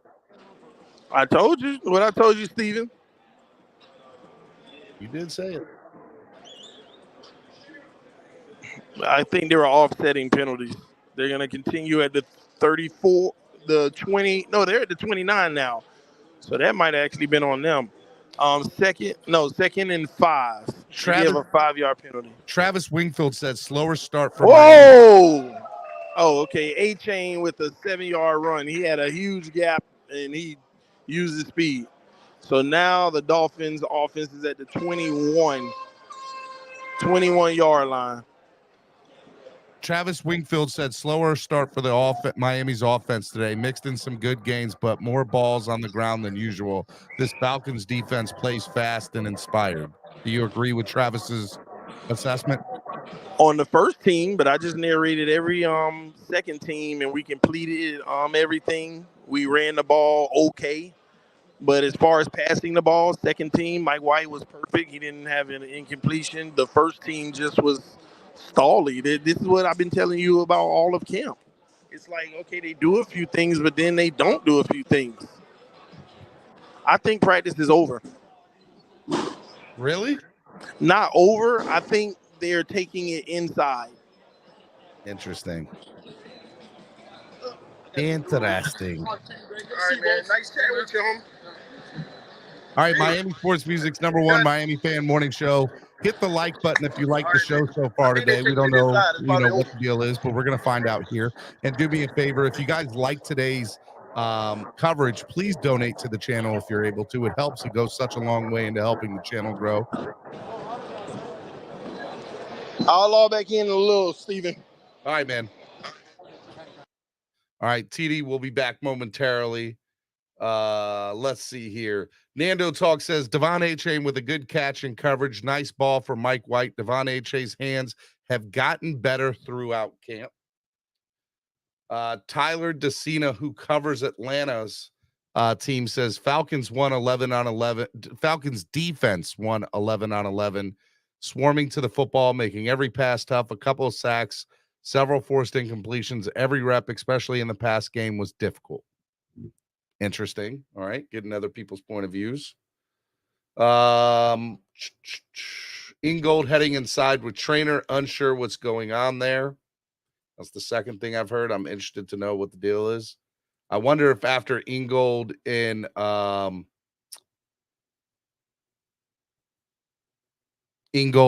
Waddle getting hurt, that maybe they're going inside. That'll be interesting to know. This is the offensive line breaking down very badly earlier today. Tua would have gotten killed in a game like this right here, to be fair.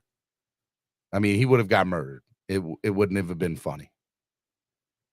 Sack there, sack there, sack there, sack there. Yeah. Offensive line has got to do better. It has to. No way. We just got to do better. Got to do better.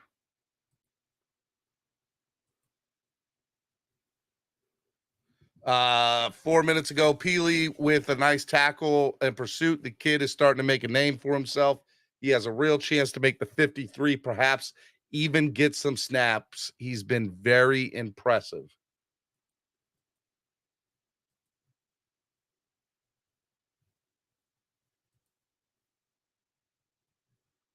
Let's see here. Trying to get an update on what's going on.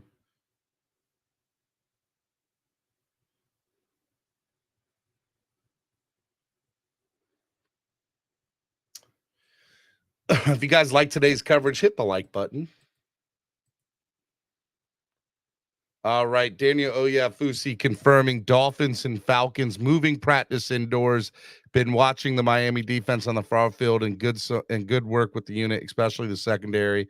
Falcons quarterbacks holding the ball for several dropbacks. So they're moving the practice indoors, which means I don't think we're going to get any more play-by-play coverage today of the squads. So that'll be interesting to kind of see.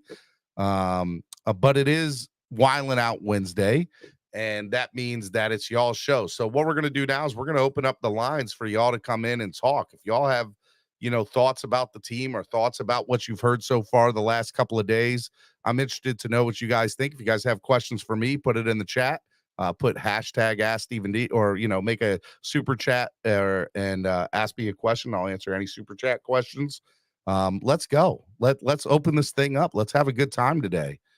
It is Wildin' Out Wednesday. For those of you who are new to the show, Wildin' Out Wednesday is a little bit different. Basically, we get a full panel on. It gets a little crazy. A little crazy is probably an understatement at times. But people can get timed out. They can get banned for the day. It's for fun. It supports the channel. Enjoy. Don't take it personally. But let's go. Let's have some fun with this today. We're going to open this bad boy up. I just dropped the link in the chat. And we're going to open this up for Wildin' Out Wednesday. Little abbreviated version of Wildin' Out Wednesday for y'all today. Just a reminder, tomorrow, Cameron954 will be on with me. We're going to have Daniel Fusi on tomorrow. Daniel will be on to talk with me about what's going on at practice the last couple of days and what they're looking forward to tomorrow in the game, preseason game number 1.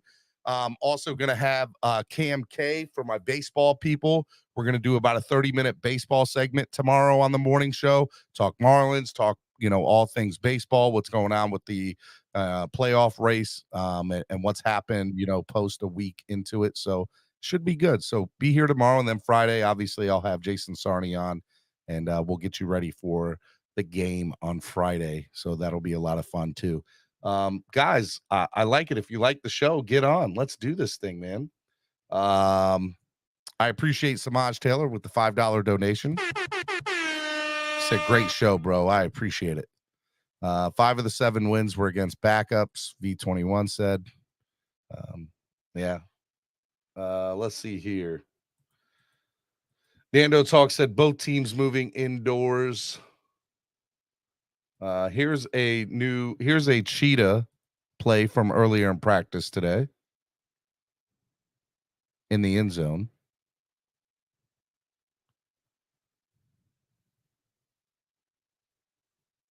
Oh man, what a play. Cheetah is so fast. So fast. As soon as we get updates on everything, we'll get you updated on Jalen Waddle. He went in with an injury today. Hopefully he's good.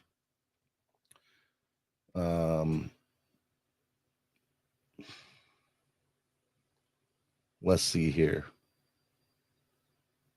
They are moving in practice indoors today. Guys, I dropped the link for y'all. Get on. Let's get on. I know there's some of y'all that want to talk. Y'all have, thoughts and feelings about the last few days of practice. Get up here. Want to hear from you. Stephen D, if this doesn't confirm that the right tackle, Austin Jackson experiment is over, although I'm not a former player for my boy TD, I don't know what does. Don, I don't think that you're wrong. I think that, it's TD was clearly saying today that Austin Jackson was by himself too. Or not Austin Jackson. Was it Eichenberg he was saying was by himself? I think he was saying Eichenberg was by himself. But yeah, I mean, between Eichenberg and Austin Jackson, it'll be interesting to kind of see what happens there. All right, I got my first couple of people on the back. Let's go. I like it. There we go. Now we got something. My man Lewis. Good morning, Lewis. My brother from another mother. The guy who's with me on Mondays, my co-host on Mondays. What's up, Lewis? What's good, Steven? What's good? I missed you, buddy. How you been? Well, man, work has been crazy, Steven. They're killing me out here, but hey, man. For the most, other than that, it's good. My man Mike Sherrod is in the building. What's up, Mike? What's up, bro? What up, baby? I love it. How Let's you go. Let's go. Hey, TD wants to hop in. My man Kane's Heat is in here too. What's up, Kane's Heat? What up, man?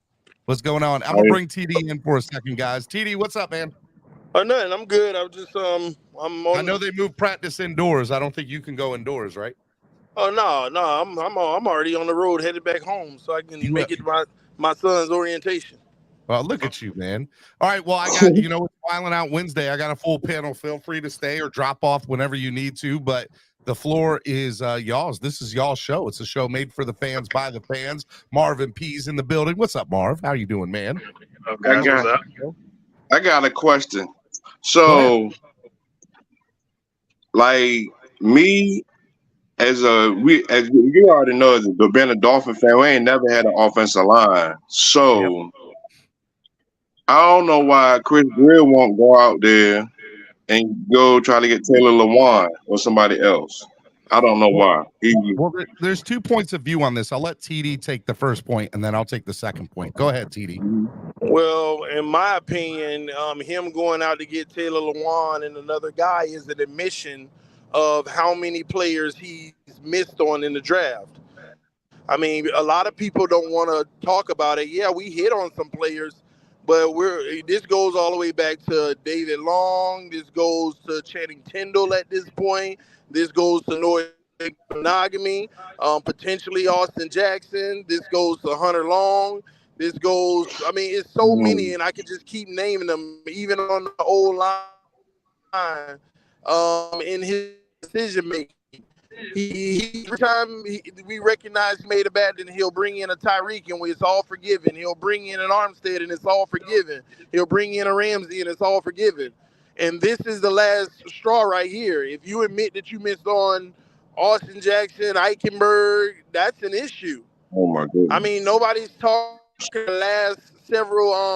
our last few draft picks, even in the secondary with Channing Tindall. You're talking about Brandon Jones. I know everybody think that Brandon Jones. Side note: there's another fight within the bubble. Joe Shad just reported Wes Welker held Tyreek Hill back from the Falcons after an apparent skirmish involving others that led to both teams running from their bullpens. Interesting, kind of funny there. Here's my point of view of your question, Mike. I disagree to a certain extent with TD when it comes to, I don't believe that there's pride here, in my opinion, that is causing Greer to do this. I think legit he thinks, or the coaching staff thinks, hey, look, based on what we've seen in the past, this should clearly be enough. The problem is executing that, right? And when we get into real game situations, real experiences against other teams, and it's not being executed, Mike, and that's the problem. I already know, bro. And so, look, is it a possibility? Maybe it's pride. Maybe that's a theory, but I'd like to think that these guys, Chris Greer, Mike McDaniel, so on and so forth, they care about winning. And when you care about winning, your pride shouldn't get in the way of that. And if you clearly see something wrong, you should address it. Now, with that being said, Mike, I cannot give you a straight answer as to why the Miami Dolphins, for the last 10 to 15 years, have had nothing but major problems on the offensive line.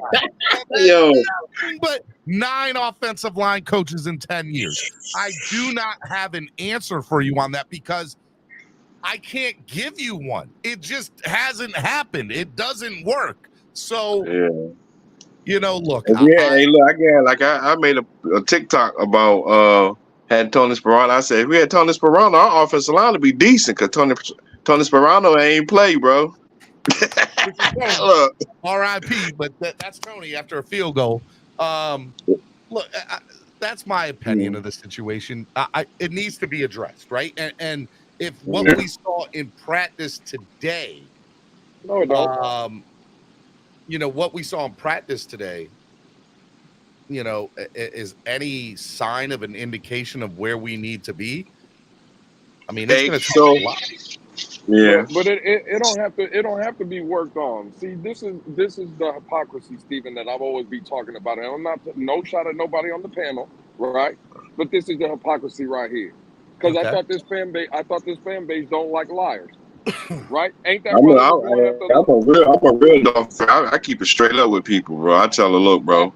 Absolutely. If we ain't got no offensive line, man, how is our offensive line? If we ain't got No offensive line. How they gonna block for Tua or But we do have an offensive line. See, that's the problem. So we're sitting here saying that we don't have an offensive line because of people, our opinion as fans, that's what we believe. But again, this is what I'm calling now. The homie TD was just up here. Shout out to the homie. I wish I could have said what's up to him, right?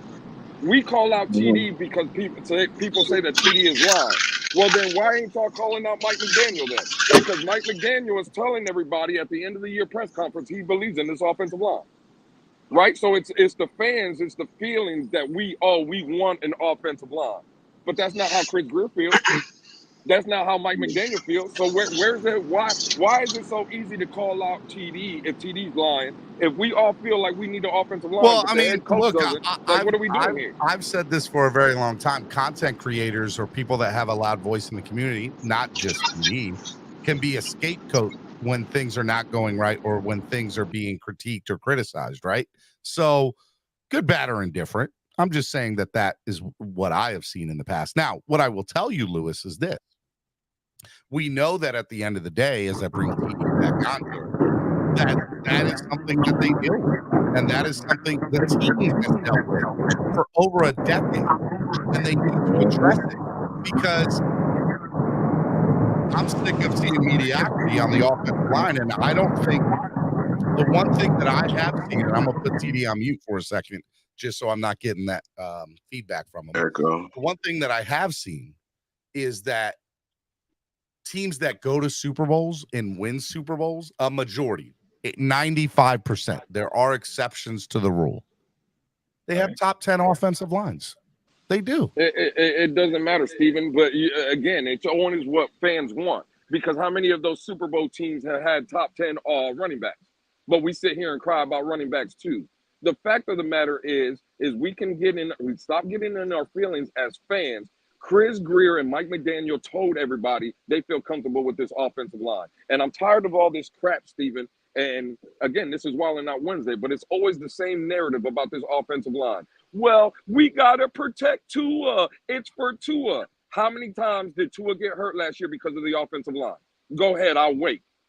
Like, we got to stop making all these damn excuses and blaming everybody and their mama because of, we got to do everything for Tua or protect Tua. No, we don't. The offensive line wasn't the problem last year. How many games? Again, we sit here all the time, and no matter if it's on Twitter or panels or wherever, and we cry about the offensive line. I'll break it down like this. The games last year that we've seen, how many games can you honestly say the offensive line is the reason we lost the game? I mean, exactly none. When we played against San Francisco, bro. When we played against San Francisco, Austin Jackson was getting brutalized by what's their defensive end in San Francisco? Nick Bosa, I think. Okay, so he made 2 plays. I think he had 2 sacks. Okay, that's fine. I get it. Are we saying that the offensive line in San Francisco is horrible? Because if you want to bring up that game, I can easily tell you that okay, well, I'm just saying, hold on, because but you brought up the 49er game, right? The Miami Dolphins D-line had more sacks than the 49ers did. Yeah, I know.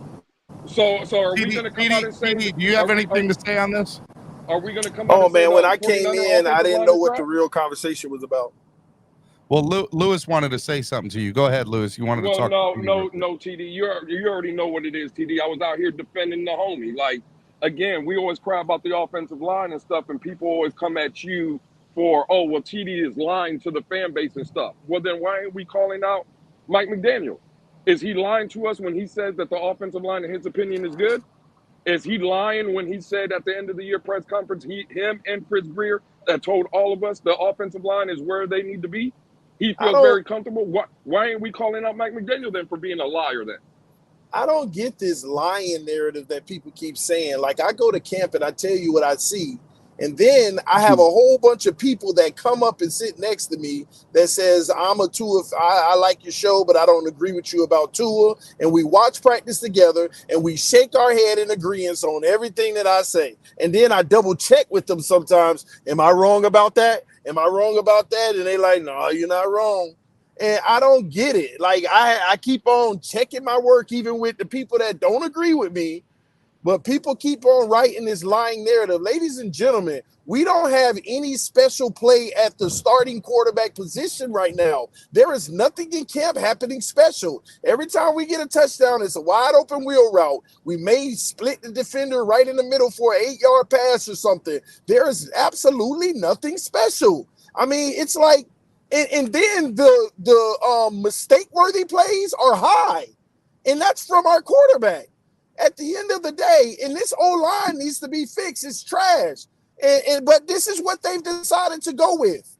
And Chris Grier is taking a hard stand. So at the end of the day, if they're not going to change the O-line, then all we can do is criticize it. They're not going to talk about the quarterback, then all you can do is criticize it, because if it comes up short, what are those same people going to say? If it doesn't get the job done and we don't make the playoffs or something, not saying we won't, but if it don't, what would be your take on it if we don't?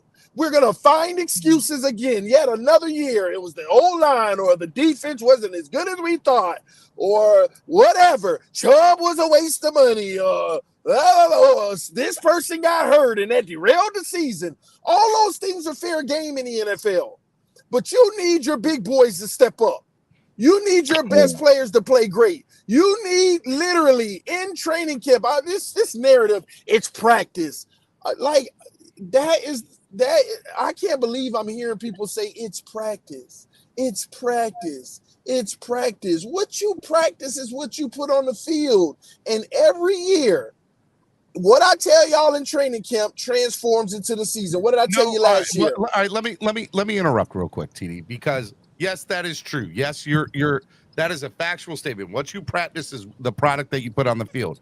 But we are also we're not even 15 days, maybe 18 days into training camp. That's it. Yep. So year 2 install of a system that you look better in last year in training camp. You look better in it last year. The offensive line I am upset with. Everything else, we haven't even played the first preseason game yet. Like, let's be honest. Now, if we start seeing this in a couple of weeks and we're seeing this happen, now I'm going to have a problem. And yes, I think I'm a little bit concerned. I think there's a hand that needs to be raised. Hey, look, we better not let this drag on anymore, because this is not good. But for me to sit here and say, oh, I'm up in arms, I think that's a little bit of a stretch. We had a top 10 offense last year. We have a defense that, yes, I understand what you're saying, but according to people that were watching practice outside, Desmond Ridder in the offense had 2 completions.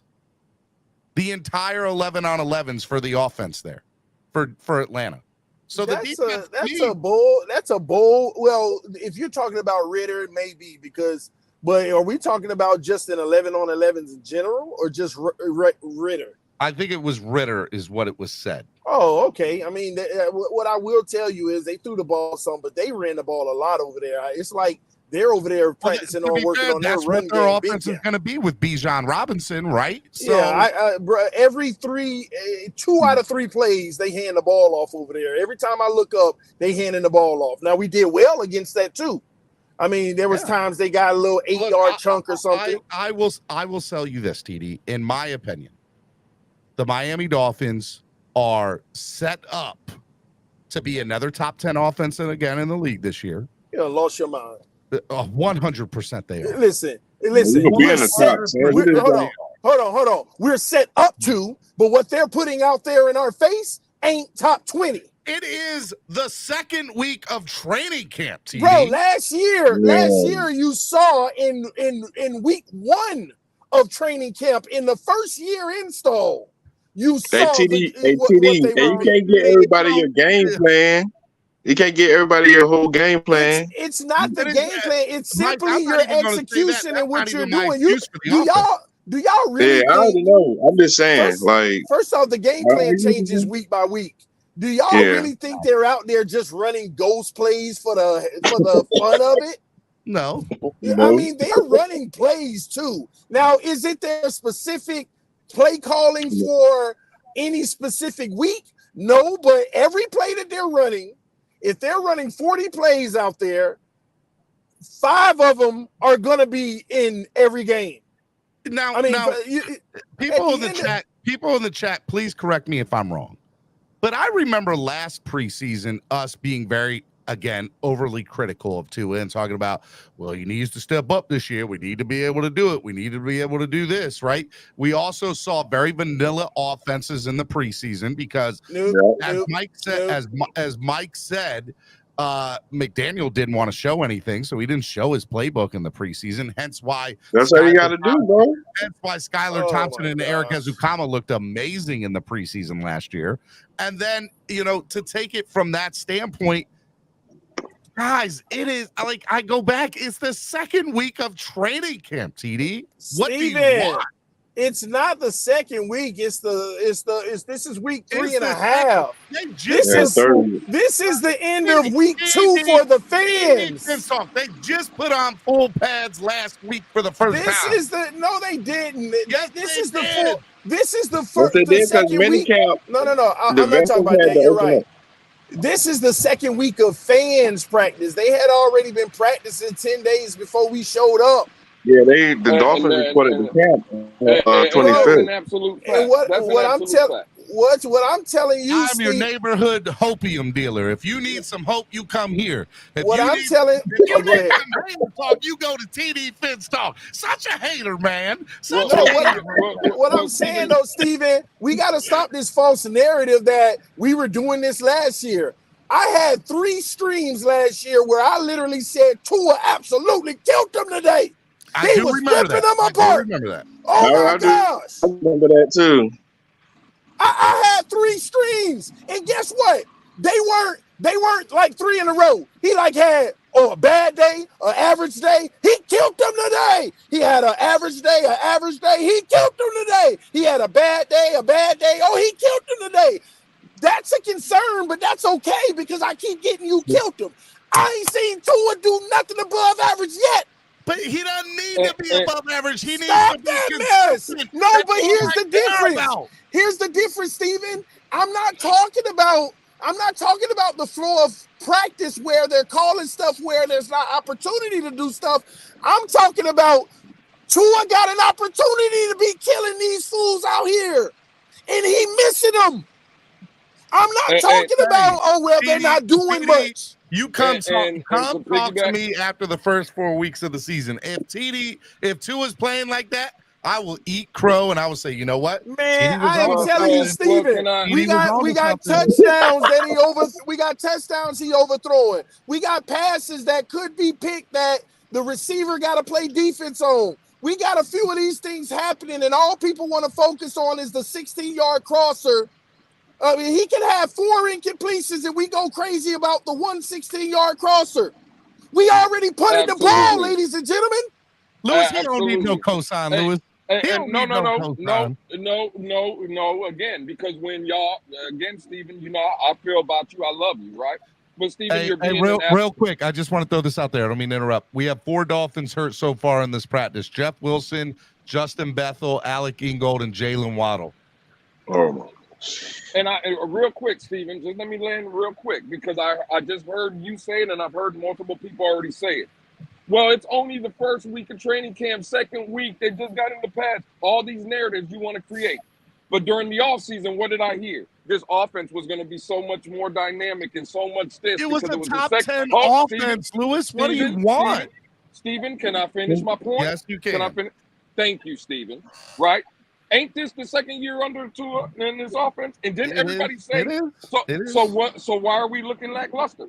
Why are we looking like, again, why the offense is being stagnant at point? That's all TV's saying. And why are people not good play? And Lou, why are people acting like it's my narrative? What did you just read? Every day you read it, Steven. The offense didn't really do. You read that every day from a beat writer. Why are people focused on just thinking when I say it? It's hating. These beat writers have been also, now they ain't telling you the animated truth, but they also giving you little hints that this offense ain't doing nothing. Stop it, Lewis. Is Mike? Hey, Steven. Because Omar Kelly tell you how it is. He'll tell you how it is. Hey, listen, like Omar Kelly, man, I know he'll be right. Man, listen. I'm going to go get OJ. You better stop it. Hey, Omar Kelly, he irks me. So bro, I was like, man. But yeah, but you know what, Mike? The same way that he irked you, like Omar irks you, is the same thing that happens to TD. Like it's literally the same thing. It's because a lot of times we're saying something that we don't want to hear, and I'm not saying that's your case with Omar, but like here's the deal. Like Omar actually said this on Twitter. You know, people are different. You know what I mean? They're the people that operate different. Omar's like me. He's like naturally pessimistic.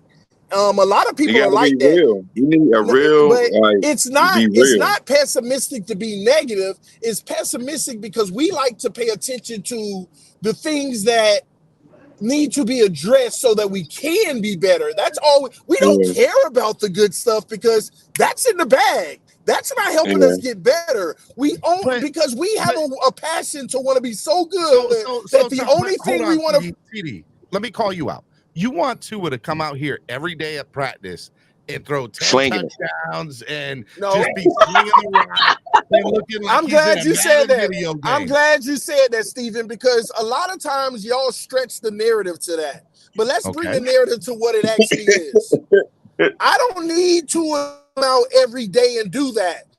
That shouldn't have to, that has nothing to do with me calling out the fact that he isn't every day. That's number one. Number two, we sitting here acting like in this camp, he done came out 2 or 3 practices and he say he absolutely killed. Now I see these shows coming up saying for murdered him today. You know why they say that, Stephen D? Because they're not here and they're writing the narrative that a beat writer said, like I saw yesterday, Tua had one session where he was slicing them up in one-on-ones.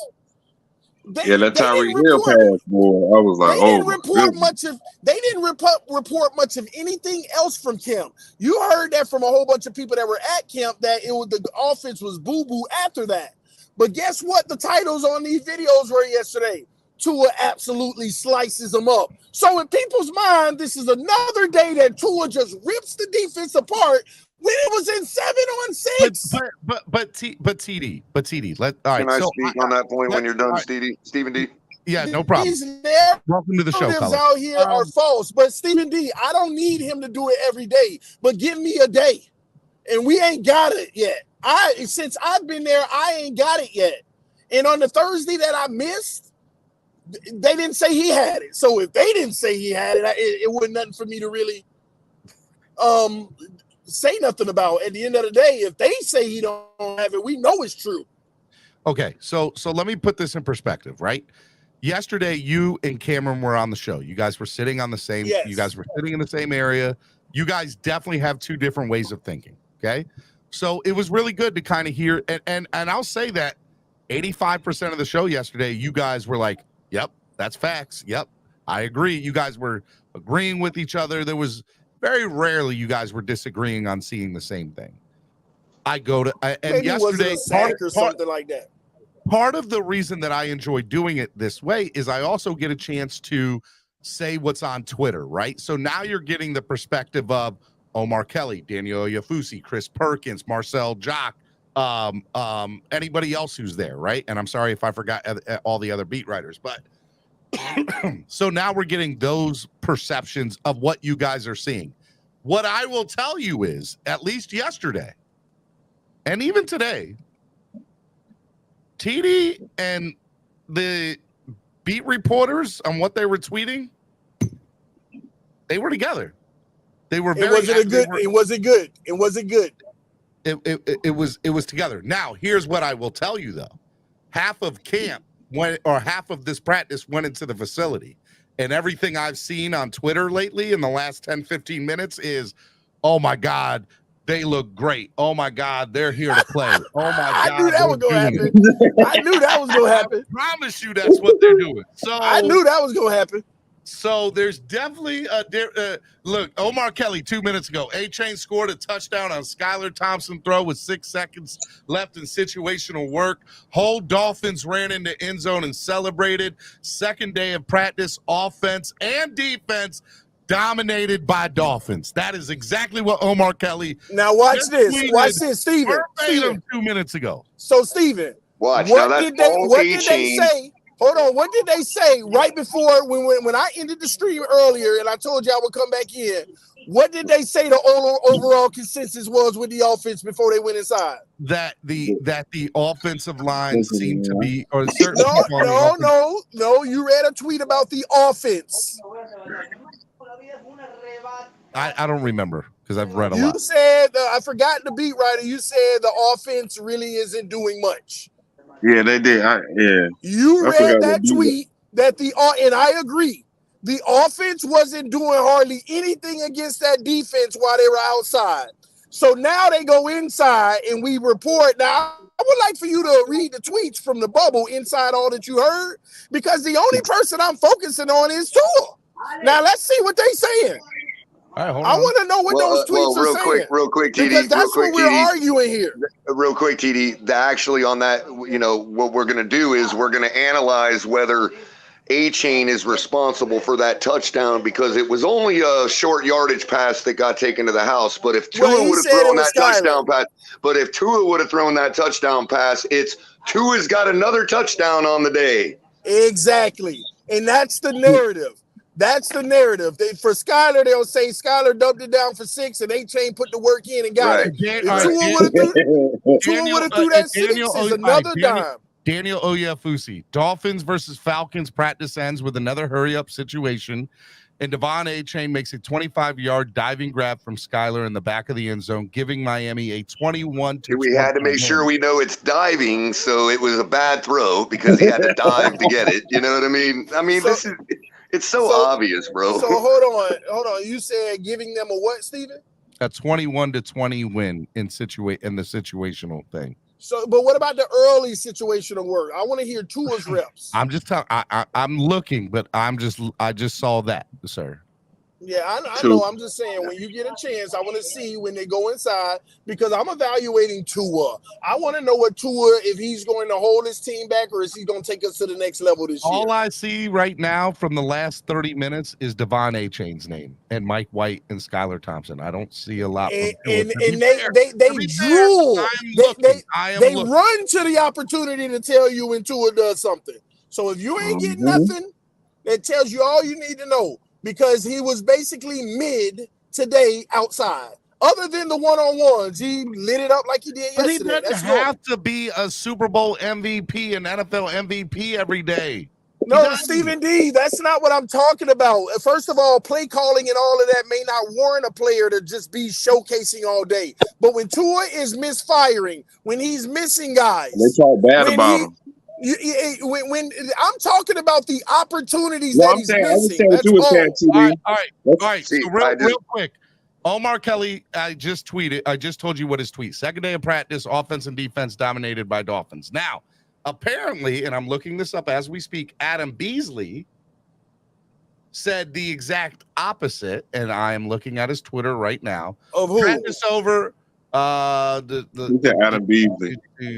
Opposite of who? Beasley 16 minutes ago states, quote, Dolphins offense needs some big time work. So I say that every day, and I'm a hater. Beasley, or do I believe Omar Kelly? Well, careful, guys, because before we start saying things like, "Oh, that's Adam Beasley," or "Well, that's Omar Kelly," they may be perpetrating a trick here. Because tomorrow they may have agreed that tomorrow they're going to say the exact opposite each other, but the exact opposite of what they said today, so that all of scoffing is going to go to Omar Kelly and all the praise will go to Adam Beasley. They could be tricking us here. Don't be making your comments on what they're saying, man. Tricking or not, I'm there. And I've been telling y'all every day this offense is a concern. I've been telling y'all every day that this offense is a concern. But what kills me is that if we were out there cooking everybody and this offense was having 5 to 10 touchdowns every practice, we would be sitting here talking about, man, we so ready for the season. Do you see what we're doing? We would be going insane about training camp and practice. The further point I was trying to make is that if Omar Kelly, if where are all the people that trash Omar Kelly on a daily basis, where are they right now saying, man, you can't believe a word Omar Kelly says? They're not going to say that right now because he's saying what they want to hear. I got to challenge Stephen D. Adam Beasley said this offense needs major work. Me? Yeah, Adam Beasley. I think you pitting them against each other unfairly.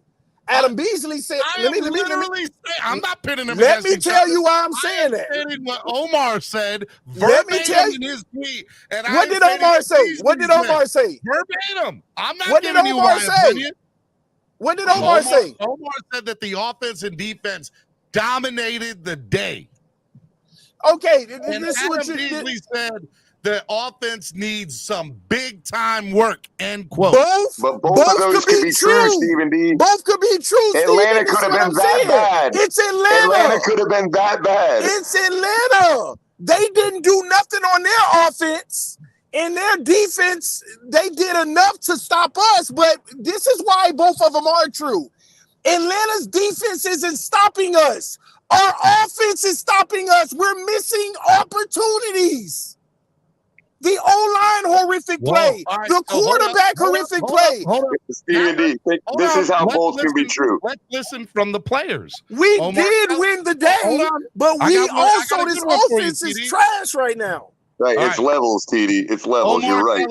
Omar Kelly just tweeted, quote, I feel like yesterday we had a better day than today, end quote. Cater Kahoo just said about the performance today. So Cater Kahoo said that the defense played better yesterday than today. Wait, hold on. He said what? Cater Kahoo said about the performance today, I feel like yesterday we had a better day than today. Well, let me say this, Stephen. You got to use context to it. I think today, there's no context. Atlanta, like I told you, 2 out of 3. Hold on, Mike. Am I saying anything plays were running? I'm literally reading verbatim what they're tweeting. Yeah, I'm trying to get in a perfect analogy, TD, but I can't get it in, bro. Oh, go ahead, bro. But nobody's disputing I was saying, it's like when you're looking at a room full of kindergartners, right? And you're like, hey, that kindergartner dominated that kindergartner today, right? But then another guy says, hey, guys, they're kindergartners. Does that mean that the kindergartner didn't dominate anymore against the other kindergartner? Probably something like that. That's how both can be true, Stephen D. There's levels, bro. Listen, it's like you're saying, yes, this guy dominated this guy, okay? But anybody else would have dominated both of them. Yeah. You're here, TD. We hear you. Yeah, and that's a good analogy, bro. Both of these things are true. I am reporting to you every day. This offense is concerning me. But at the same token, because the kindergartner needs big time work, even if they dominated the other kindergartner. We were still the better team than Atlanta. Like another thing, ladies and gentlemen, do we not realize this is the Atlanta Falcons? What in the heck do they have? Bijan Robinson. Okay, and that's why they were over there working on their run game. But what do they have in their defense? Ranked 27th or something last year? Dolphins safety Trill Williams states, you want to have a player that is versatile and can move anywhere. I feel like I'm that player, end quote. Is he shopping himself? I don't know. Is that a signal right there, bro? Like, I'm done here, man. They're going to cut me. So let me ask you this. This is a Tua fan today. I just want to show you what a Tua fan said on Twitter today that was at practice. He goes, quote, I think I need to get me a Twitter. He goes, quote, Usay is so damn good, end quote. Usay. That was on the dime he threw to Chosen. That was jarred out of his hand. Look, so all right. So before you shift gears, Stephen D, I wanted to actually make the statement I originally came up to make real quick, if you don't mind. Just to say that, have you ever had a room full of people, like let's say you're at a kid's birthday party or something, or a classroom, and the teacher shuts off, like there's a party going on, and the teacher shuts off the lights, and it's all pitch dark. What happens to all them little kids or people or at a party? Everybody starts bumping into each other. You know what I mean? Everybody's like, oh, you can't see. Oh, pardon me. Everybody's bumping into each other. That's literally what happens when you extinguish a gas light. The same thing happens. So when this gaslight that keeps being lit on us fans gets extinguished, this is what happens. A whole bunch of people start bumping into each other. Okay. So can I ask you something, TD? Yeah. Hold on, Mike. Let me just make this statement. Oh, go ahead. Go ahead, bro. My viewpoint is this. Okay, call it what you want. You can say I'm a homer. You can say I'm a two in the air, whatever you want to call me. I think Tua played for at least 10 games last year, if not more, like a MVP in this league. Name them. Name them. I'm just name telling them. you. Name them. I'm not going verbatim with you. Name telling them. you right now, for almost 2/3 of the year, name them. he played like an MVP. Now, name them. Let me finish. I'm not gonna play that game with you, TD. You ain't getting back. You ain't getting past. No, you ain't getting past 6, and I'm in on 6. I'm gonna be lenient on 2. Look here. All right, TD. Tua played like an MVP for almost 2/3 of the season last year, and 2/3 of his season. Oh, and more like 2/4 of his season. And at the end of the day, they're only going to get better than they were last year. I'm not going to sit here and judge the Dolphins and how crappy they might have looked the last few days or the last 2 weeks when it's only they've been playing in full pads. This is like the 7th day they've been in full pads. That's it. So, 7th or 8th Steven, day they've been in full pads. Then why wouldn't you have this energy if they were out there for 7 days in pads and they were lighting it up? Because you know what the response would be to that, TD? Guys, calm down. No, you would they practice. No. That ain't what no response will be. If That's I what I would say, those touchdowns ain't nothing. It's just practice. What they're doing ain't nothing. It's just practice. I know they looking good in practice, but that ain't got nothing to do with it. Steven, you know what the narrative would be. Ken Rosa said, Steven, please bring up OJ McDuffie # Battle Royale. Look, that was my other point earlier when you said about when you brought up Cam and TD having a kind of a the way it worked yesterday, where sometimes they'd see things differently, sometimes they'd be in full agreement. And my problem is only one of the two got lambasted by everybody and called a liar. Well, that's because TD's controversial. And okay, so that makes it right. Color breaking I never up, said or is that it that was me? right.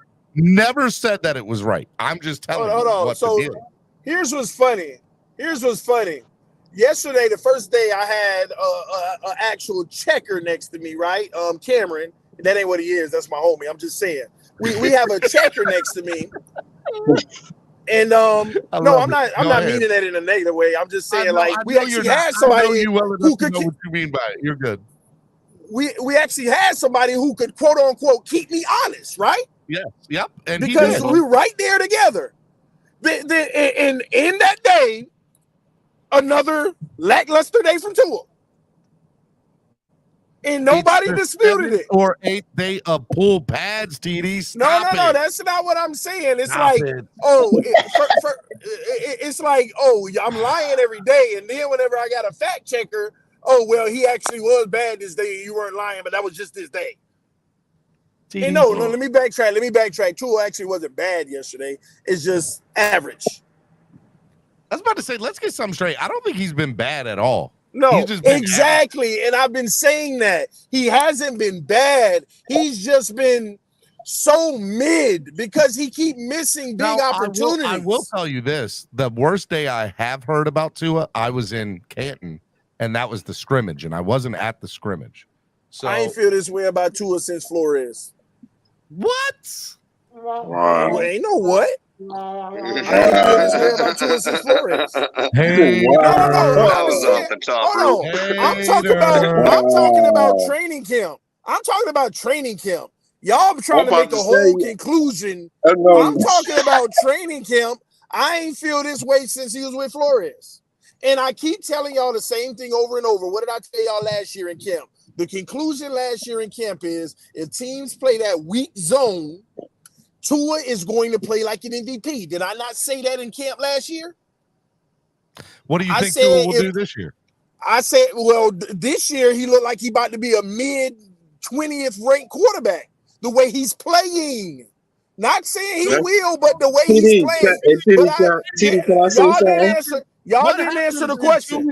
What happens in 2 weeks when all of a sudden everybody's like, "Oh my God, Tua's playing out of his mind. He looks great." Y'all ain't answer the question, Steven. You didn't answer the question. You're not answering the question. Well, answer mine first, and then I'll give you yours.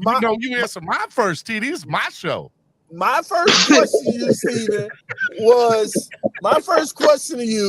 was last year, did I not say Tua will play like an MVP if teams run that zone on him? You did say that. So we want to sit here and talk about the Lions, Browns, Bears, and all that crap in the second half of what Baltimore did? Go watch the film and tell me what coverage they in. I told you what would happen because training camp last year told you that's what would happen.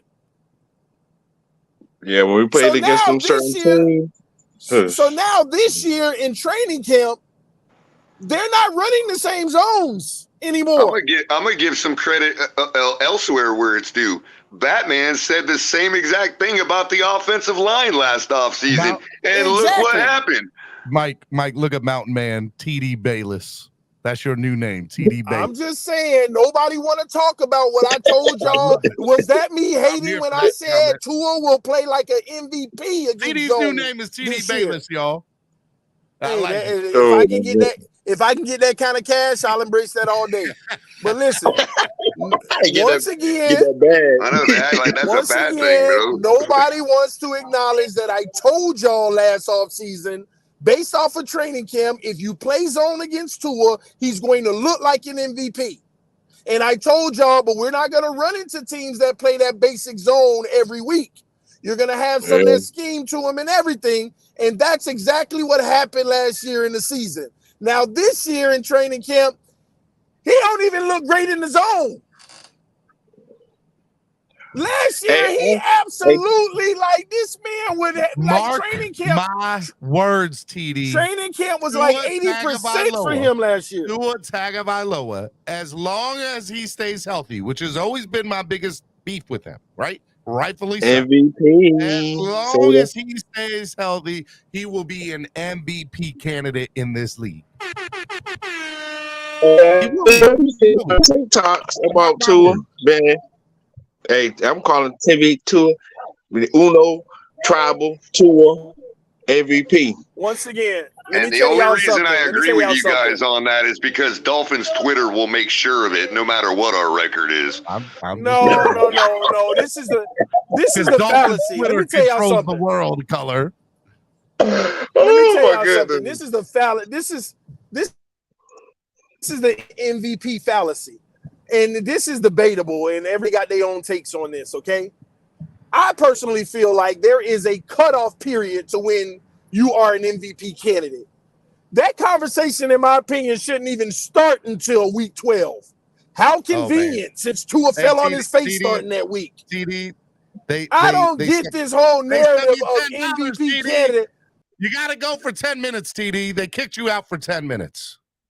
They said, get out of here, TD. Wow, even the GOAT doesn't get any breaks, huh? Wow. I mean, that's consistency, Stephen D. I give you credit. That's consistency, bro. Hey, look, remember, this is for fun. Don't take it personal. Enjoy the day. Hey, don't take it personally. But everybody, if y'all want to give a thanks, give it to Raul. Raul kicked out TD for 10 minutes. Hey, I'll just pick up his banner. Y'all straw manning people, constantly straw manning, taking words out of the man's mouth. I love TD. Putting words in. Yeah, I'll be watching TD on Bleacher Report. Look, it's so funny because I do understand where TD's coming from to a certain extent, right? Like yes, he has played average. Yes, they haven't played great. Yes, there's nothing to write home about this team right now. But it's the second week of full pads. Like, I'm not going to sit here and judge them on that. I'm actually with you on that, Stephen D, because I've consistently said, you said what happens if they ball out, then people would be like, oh. And it was just practice. Well, I have consistently said that when they balled out in camp. I've said it the same way. So what I'm trying to get at is, yesterday I didn't go. I slept all afternoon. I didn't follow along. Sorry, Stephen, I didn't watch your great show with you, Color, not watching the greats yesterday. coverage that I couldn't help it. I just couldn't help it. It was so hot yesterday. It just put me down, bro. I was out, man. And, but when I woke up and heard all the melee going on and all the different opinions from all sides of the fence, and you know how it is, how it erupted yesterday. The first thing I did was check the weather. And I thought, oh, wow, not unusually, but exceptionally hot summer day in South Florida, excessive heat warning. You had a 115 heat index on 93 degrees temperatures. That's ridiculous wet, right? So I'm thinking to myself, first thing in my head when I saw the weather report was, oh, I bet practice stopped today. And sure enough, everybody on all sides of the fence argued this and that, practice, terrible, blah, blah, blah. And I thought to myself, based on what I've seen when I've gone to camp, based on my experience of sitting there for 2 or 3 hours watching a football practice, because that was what it is, okay? When everybody, hold on, let me land. When everybody told me, Gotcha. When everybody told me, oh, this and that, and there was all kinds of different opinions, I thought, damn, the way the community is describing it sounds exactly like what I've seen every day I've went to camp, like a football practice. That's all I'm saying. That's not to say it's just practice. It's to say, let's pump the brakes a little bit. It's practice. We don't know the ins and outs of what's really going on unless you're down there on the field listening to what Mike McDaniel is barking out to everybody. TD Finstalk said, it's sad how some people will pay money to block me, but not pay money to support the channel in general. Show some love and donate to this amazing content. Then donate to block me. Just like when Mike White looked great, everybody thinks he's already won the QB2 competition. And to TD's earlier point, Tua and Skyler haven't done anything spectacular, but Mike White is the only one that's had an outright bad day in camp. Hey, TD. Yeah. King Mill brought you back. Shout out to King Mill. I'm going to have to go out and come back in. Salute to the homie, man. Have a back. Go out and come back in. Go out and come back in. Well, say something because it was scratchy at first. All right. Well, no, you sound good now.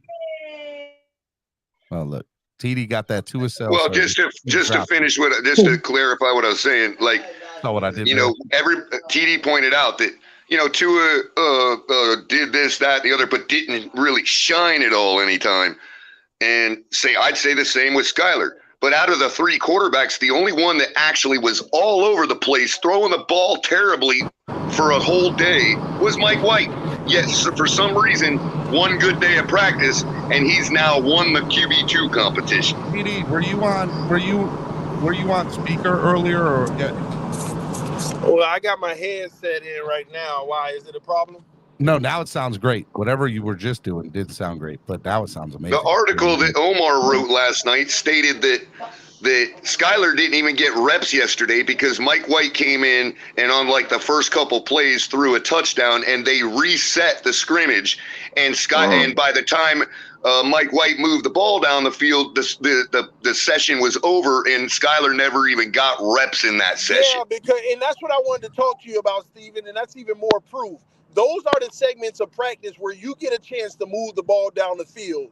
You got 4 plays. If it's third and more than 3, you punt. You're done. Yeah, but you get a chance to move the ball down the field. Tua keeps stalling in those. He makes it to the 40 and can't move the rock, and he runs out of plays. Mike White just first down kept after the ball. first down. And like a quarterback should. He kept the 2 ball. 2 days in a row. And Mike White is taking all Skyler's time because Mike White every time because he keeps getting the first, and Skyler runs out of time. He don't even get a chance. Right. Now, in Omar's article, he said, real quick, in Omar's article, because that point is valid, and what Omar had said was he doesn't know going forward whether that means that, the QB competition is won because Mike took the bull by the horns like that, or if Mike McDaniel recognizes that Skyler didn't get no reps and makes him the focus of QB2 today or tomorrow, so to make sure he gets those reps. You see what I'm saying? Omar said he didn't know which way it was. Yeah, it wasn't no focus. Mike White got that job now. Even if they want to keep it. Fair enough. I'm just saying to say that he won it and Skyler got a fair shot to answer back would be disingenuous is all I'm saying. All right, hold on, guys. Let me bring in Trey for a second. What's up, Trey? How are you, man? You take yourself off mute. Go ahead. Hey, can you hear me okay? Yeah, man, we can hear you fine. What's up? Hey, man, I'm just concerned about our offense. Like, I feel like with training camp, it's usually a give and take between the offense and the defense. The defense may win one day, the offense may win another. It feels like it's been a while since the offense has had a really good day. Am I tripping? That's what TD's trying to say. Bro, if you ask TD Finstock, you haven't been. Stop hating, bro. Stop being negative. Stop that mess, man. Yeah, all the both of them are doing is asking the question. You know what I mean? That's all they're doing. I know I'm messing around, bro. But yeah, man, I am truly concerned about the offense. I'm truly concerned. And you remember Tyree got in that? They said Tyree got in that little scuffle. Tyree? No. They said that Wes Welker held back Tyreek from getting into the scuffle. Well, that's what I meant. He wanted to. Let me tell you something. Which Tyreek, I love. I'm about that. No, well, of course, but I've been noticing. We all about the smoke. I've been noticing frustration from Tyreek. Today was one of those days. He wasn't happy on one pass with Tua. It was in red zone work. It was like an out route. Tua put it inside he put it outside versus the inside or whatever. If he would have put it on the right side, it's a touchdown. Tyreek caught the ball. Only he got hit making it to the 2. Then he slapped his helmet because he was frustrated because he even knew. We all was up there talking about it. Yeah, that ball should have been inside, and that's an easy touchdown. Tyreek slapped his helmet hard out of frustration. And those things start to peak out, bro. And people don't want to acknowledge them and say nothing about them. But I'm telling you, when receivers are missing out on easy opportunities like that, it starts frustrating you. And you add the South Florida heat and humidity, bro. I'm sorry. This is in honor of Pete's takes, but that South Florida heat has been known to like destroy families, bro. I mean, people get frustrated when it gets hot, bro. And make you want to beat up the whole family because it's so hot out there. It starts with a little argument because people are frustrated. It's so hot, and next thing you know, families are getting divorced. Man, hold on. Young Slime at Fins or Die on Twitter said, "Quote: Streets are saying Dolphins look cheeks today." And listen, it's just practice. I'm not going to say they look cheeks, but they look lower back. TD, can I ask you a question? They look like whatever Waddle was holding on his way in the locker room. That lower not quite cheeks though. They weren't cheeks. I'm not gonna give nobody saying they were trash today. It's the first team. They're not moving the rock. And have y'all noticed? This is a perfect example. Last year, what's one thing you saw come out of camp from highlights in every practice, even joint practices? What's one thing you saw? The Dolphins was moving the ball. But how were they moving it? What was one thing you saw that they wanted to highlight last year? How Tua was throwing the ball. The deep ball, right? Yo. This year, they've literally had to put up clips that were sacks, but they don't show the beginning. TD, go ahead. I don't mean to cut you off. Go ahead. No, you're good, Cook. But man, the offense. Let me be clear: the offense isn't boo-boo trash. The offense isn't. The offense isn't. They're like what's the slightest thing above average, but not above average. But they're not average. That's the thing. That's what I'm talking about. You got to put it in such a detailed category. It's not average, but it's not even above average. It's like, okay, To capture it, Like, it's like one of those teams where in a nutshell, they just don't look I can't hear you. dominant, Super Bowl level dominant.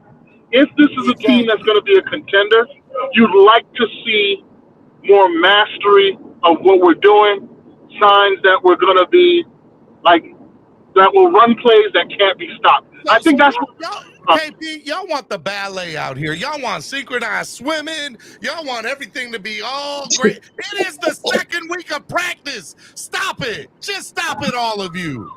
Youngin, Steven, the best teams in the NFL out here giving you synchronized swimming in camp. The reason you could say that is because you probably aren't old enough to remember when we were that kind of offense. Well, KP, how dare you talk about my age? I remember the mediocrity. I'm flabbergasted. I am baffled by that. Thomas, University, then went up to Broward, and now back in Dade. And I'll tell you, it was a different era. Granted, it was a different era, but there was a level of mastery that a guy like Marino and even Scott Mitchell would operate would operate this offense under. And listen, I may be totally wrong, and this team may just be, hiding things, doing stuff, they don't want to show everything. That's totally understandable. And but it just seems like we don't look dominant. We don't look dominant. And we're supposed to be a Super Bowl contender this year with an offense that nobody can stop. And why do people keep bringing this? All right, hold on real quick. This is a 17-second clip of Tua about how the offense has looked over the last 2 weeks. I'm just going to play this real quick. Y'all put yourselves on mute for a second. Here we go. This is Tua on the state of the offense through 2 weeks of training camp. Regardless of if it was the best day ever for the offense, or it was the worst day ever for the offense, we got to keep growing. We got to continue to get better. There's a lot of things we need to clean up. I think we're doing so in all these afternoon meetings.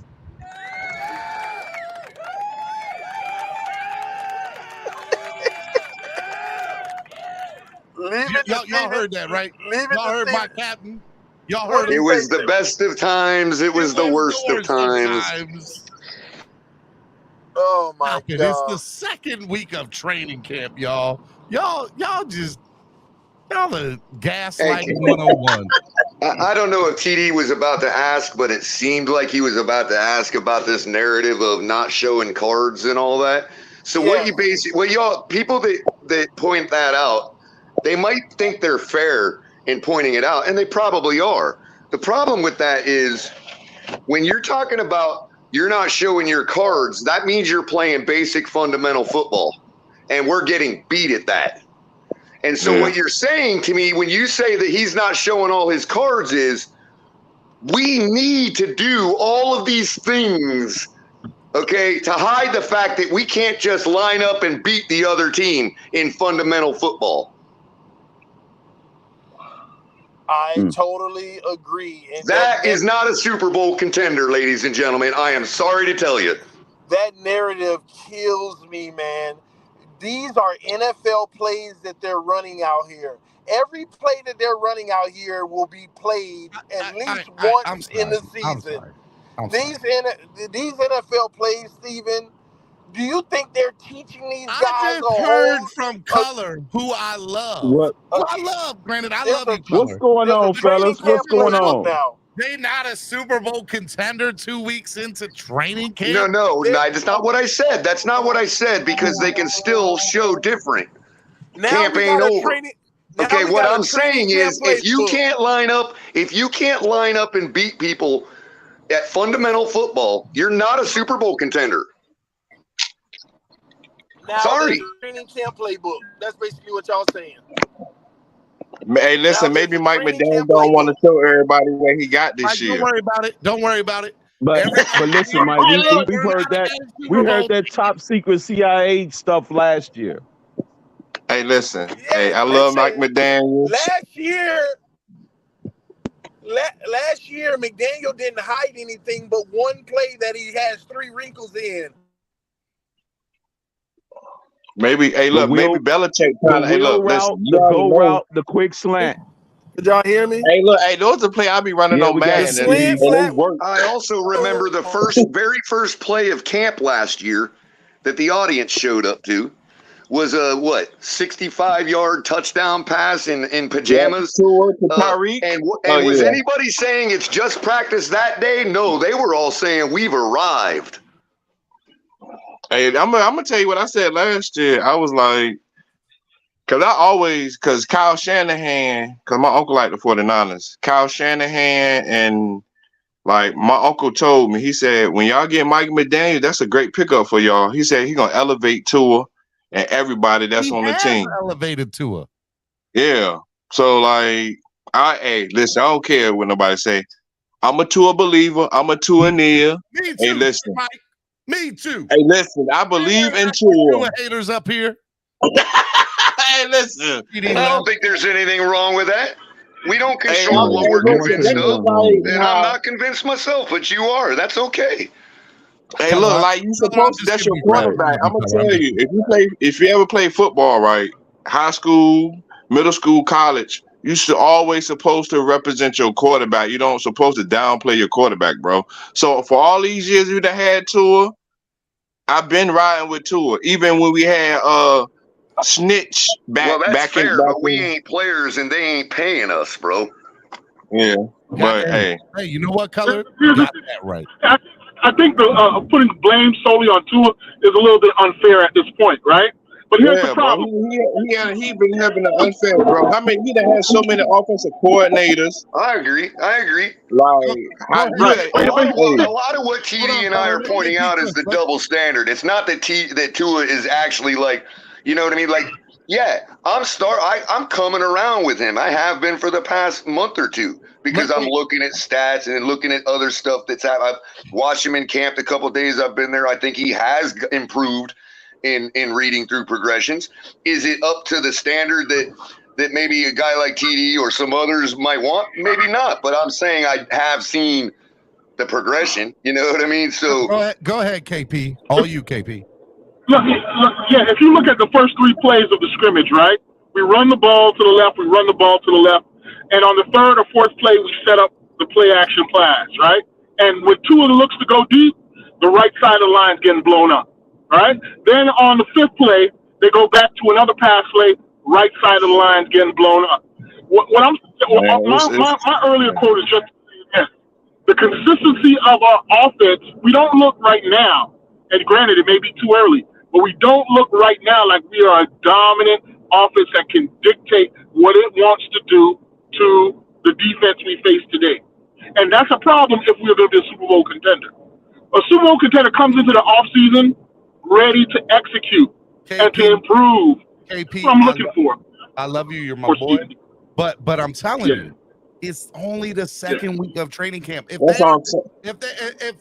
they're doing this 2 or 3 weeks from now, then we can have a legit it's a problem. That's a problem. Yeah, then we can have a legit conversation of, all right, you've had a couple of weeks, you've had a couple of games, you've had some inter-squad practice quiz. All right, shit's not working out. Let's have a conversation. What the hell's going on? But right now, let me try to steel man you, Stephen D. Let me try to steel man you, Stephen D. Because I hear what you're saying there, and I think it's coming out the wrong way. What you're saying is you're not trying to excuse the poor performances by saying it's only 2 weeks in practice. Right. What you're saying is there's still plenty of time to fix those issues. 100%. Yeah. And they probably will, because what I saw last year, they did, you know. And they started already. Look at what happened to Liam Eichenberg. I mean, apparently he's been moved. They're moving off of him from what it looks like right now, you know. Well, TD today. What do you mean they moving off of him? What do you mean, KP? Well, TD today said that Win left guard with the starters. TD said today. Oh yeah, as a starter, but he's still gonna be on the team. You hear me talking? TD today said that Eichenberg was off to the side by himself. Correct. And that nobody was around him. So at a certain point, he was hanging out with the quarterbacks during the scrimmage. Were you there? That didn't look good. Yeah, I was sitting right next to TD. Okay. Well, yeah. Look, man, I mean, Well, TD didn't tell us that, Kahari. I'm starting to feel some kind of way about that, bro. I know, KP. He didn't know he was sitting next to celebrity color. He didn't know he was sitting next to. He's like, TD's sitting there all like, man, it's unbelievably shady today, man. This is great. Color, were you there? So who y'all think gonna be? So who y'all think gonna be like the left? I mean, this how I look at our offensive line. My starting lineup: left tackle, we got Armstead. Left guard, we either got.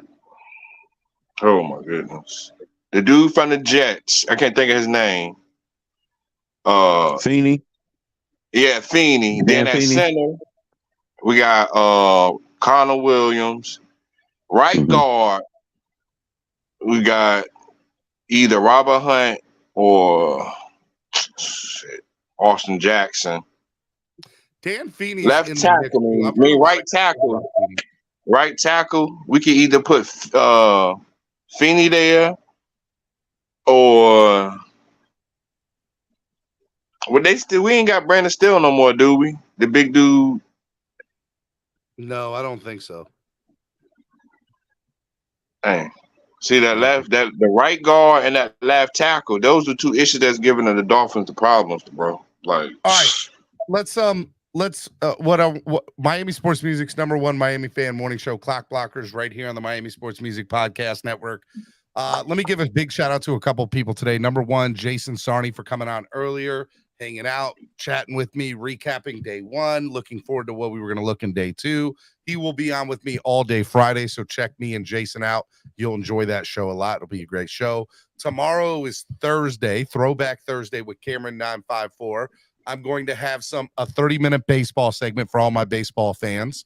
We're going to bring on our baseball insider, Cam, who played Division I baseball, recently just left college and trying to figure out what his next move is. But great baseball guy. He's going to come on and talk all things baseball for 30 minutes with us tomorrow.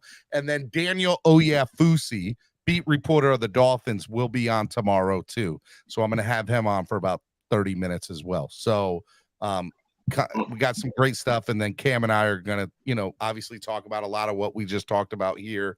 It'll probably bring you all on one at a time to discuss what you guys have questions about or your view. So we'll do that. So that's the next couple of days, right here on Clock Blockers, the #1 Miami fan morning show. I like what TD said earlier. If you enjoy the content or you're enjoying the content, please donate to the channel if you're able to. It helps the channel grow. There's a lot of work that goes into this, and we've been bringing you some great coverage for the last week. So if you're able to donate, please do. If you can't, hit the like button if you haven't done so already. A lot of cool stuff goes into it. Stevie D, that work is why I take things so personal when people attack y'all. You know what I mean? Anybody. That's why I get involved, and it seemed like I'm white knighting everybody like that, because it just aggravates me. Like when somebody comes at you, when somebody comes at Stevie D, these guys that are just putting this work in. Look, we're not perfect. We're all freaking human, and ain't nobody paying us like beat writers or journalists to do all of this stuff. So we're gonna say wrong things or things you might misconstrue as wrong. But when people want to believe the worst out of in the words out of everybody's mouth, you got to look inward and find out what's wrong with you. You know what I mean? Like you can't be, you can't be putting it on people like TD and me and Stephen D and anybody else that you think is like, oh, he said something wrong, incorrect, so he's the worst human being that's ever walked the planet. You know what I mean? That's just got to stop, man. I tell people all the time, I've gotten to know a lot of people behind closed doors, and I judge them based on how they act towards me, not on what the content they put out, because I've worked in the radio business long enough, or, I used to work in Baltimore radio. I understand how people are when they're behind the mic, and when they're off the mic, they can be totally different person. They're a different person. Yep. So, and those people that act like that, Stephen D, when I walk away from them or tell them I don't want nothing to do with that, it ain't me being weak. It's because I don't want weak people around me. And when you have to come at somebody like TD like that because of whatever reason that you feel it's justified or you feel you have license to do that, that's weak on you. And that's the reason I don't want nothing to do with y'all. Not because, you know, I'm weak or I'm scared or whatever. Because I don't want weak people around me, period.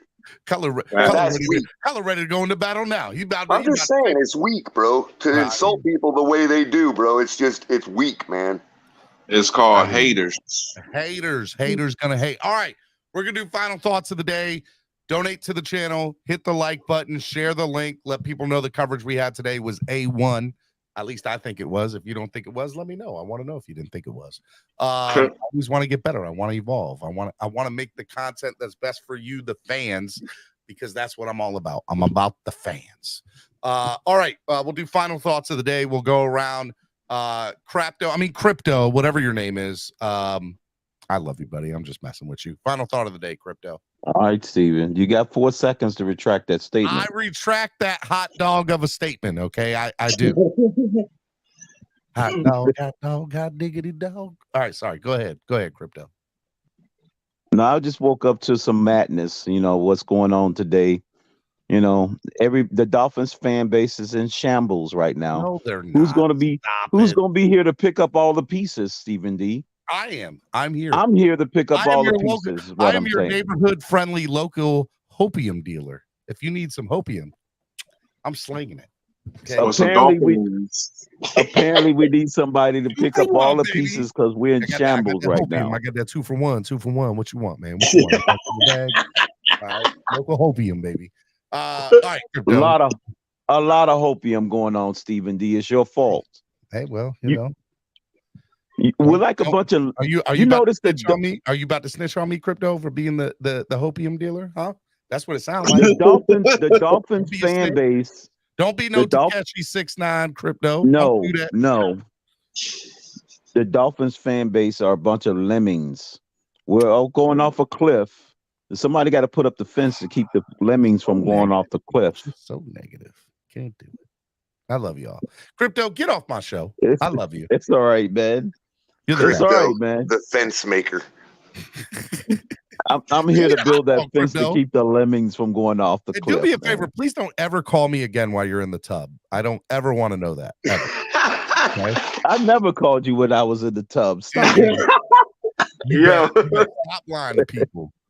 All up in with your rubber ducky and everything. All right, crypto. I'm gonna leave it alone. I love you, buddy. Be good, man. All right, I got Robert in the back. Robert, we're doing final thoughts. What'd you come up here for? To say hello? Robert? What up, my man? What up, man? We're doing final thoughts. What's up? Dude, lots of shit's up. Well, it's final thought shit. So why don't you give me your final There we go, Steven. Hey, swear jar. Swear jar. Hold on. Yeah, let me pull that out. Where's the swear jar? There we go. Swear jar. There we go. No, man, I figured I'd stop and say hello. It's been a minute. It has been a minute. I miss you, buddy. You're the man.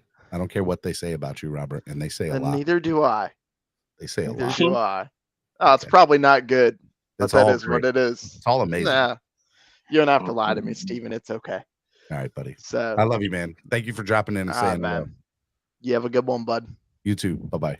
I love it when people just come up and say hello. All right, Color, final thought of the day, Color. Well, you know what the final thought is. The final thought is there is no final thought, because at the end of the day, it is what it is, which is training camp. It's training camp. Y'all have a good one. Love you, brother. Be good, man. All right, Carrie P, get on camera. Give me your final thought, Carrie. Yo, still driving here, still driving home. But hey, listen, it's training camp, just like what Color just said, right? This is when things get worked out. This is when they look for answers where problems may seem to appear. A lot of that's going on right now. My thing is this, though. I'm hearing a lot of just excess when it comes to the capabilities of this team as a Super Bowl contender. And my only point, last point, is that if we are that, we should be seeing signs of it. We should be seeing signs of it already at these practices. And if we're honest about what we're seeing, we're not. And that could be by design. Could be that it's too early. All those things are possible. I'm not saying I know the answer. But You're not. I'm waiting. You're not Nostradamus. I'm not Nostradamus or Negrodamus. No Damus. You're not Paul Mooney. No, definitely not Paul Moody. Hell no. I ain't going out. What did Dave Chappelle say? It was Mooney. Yeah, but anyway, hey, peace to all the Dolphins, man. Fins up. I'm still waiting to see signs of that Super Bowl contender. We ain't there yet. So I love you, brother. Be good, man. Peace. All right. Don says, what did Don say? What did Don say? Stephen D, please stop the narrative that this is only about Tua and TD. It's about the team. The team is not cohesive as a whole. From Jason Sanders on. Oh, accountability from Don. Ooh. Don is not playing. Not playing. All right, Mike. Final thought. Yeah. Mike. So, Mr. Tua Nader right here, DWA all day, every day.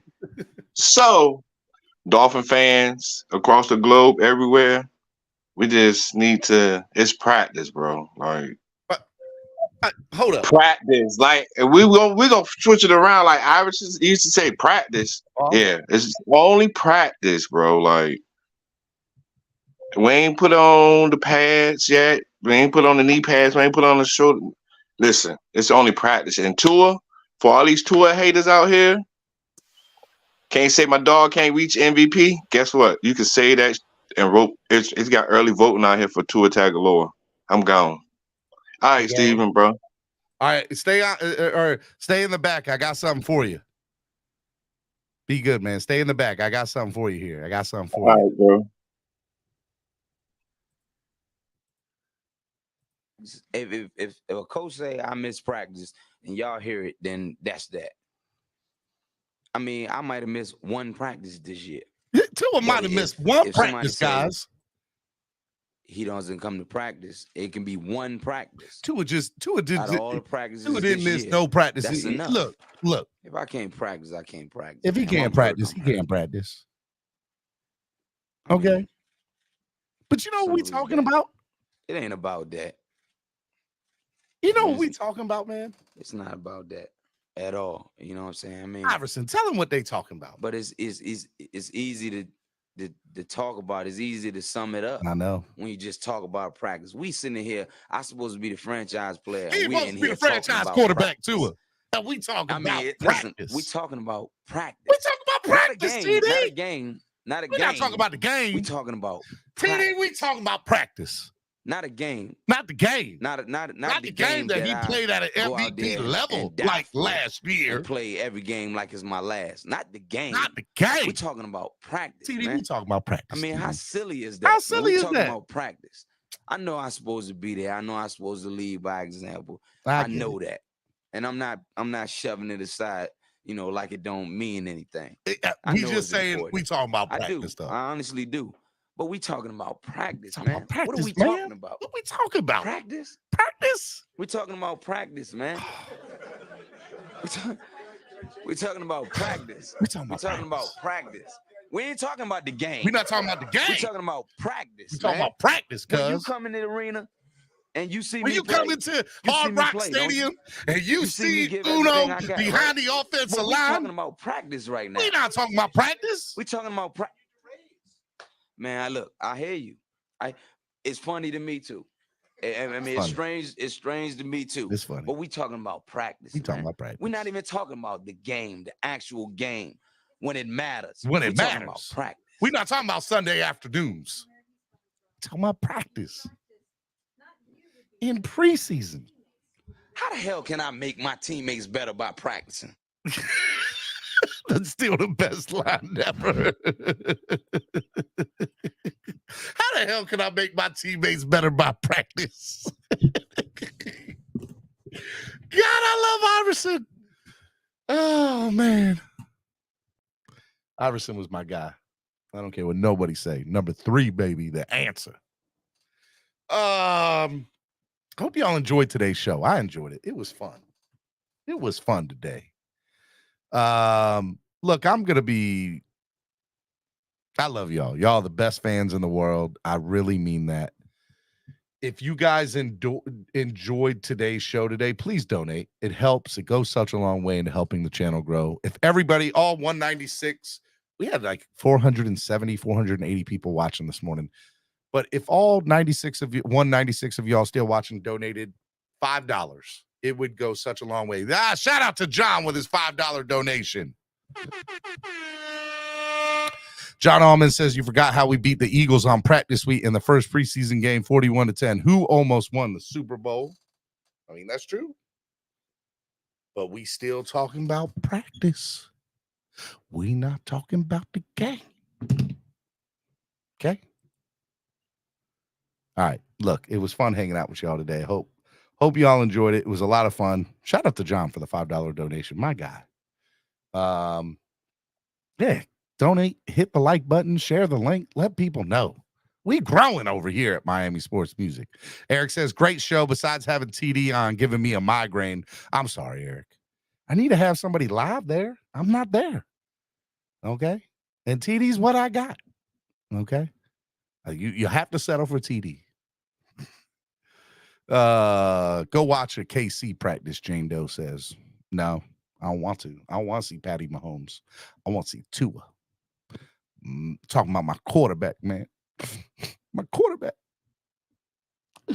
Yes. Okay. What we talking about? Wallace? Talking about practice? If somebody donates $20 right now, I'll play the Allen Iverson clip again one more time for you because it's a good clip. It is iconic. Yeah, I wish CB was there. CB got to work. He got a job, Wayne. You got to pay bills. Don't be getting mad at CB for working. I'm just messing with you, Wayne. Stephen D. TD is your steady dose of reality with this team. Facts. Is he, though? Is he, though? I don't know about that. He's something. I don't know if he's my steady dose of reality. I ain't gonna say that. Nope, not gonna do it. I love when the Lakers and when Kobe was on the team. They're my second favorite team. Not at this moment. Heat Nation all day, JM Miami Sports said. Steven, you need to be at practice too. Look, man,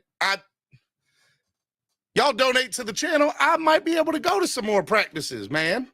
Okay, Lakers all day? Dang. All right.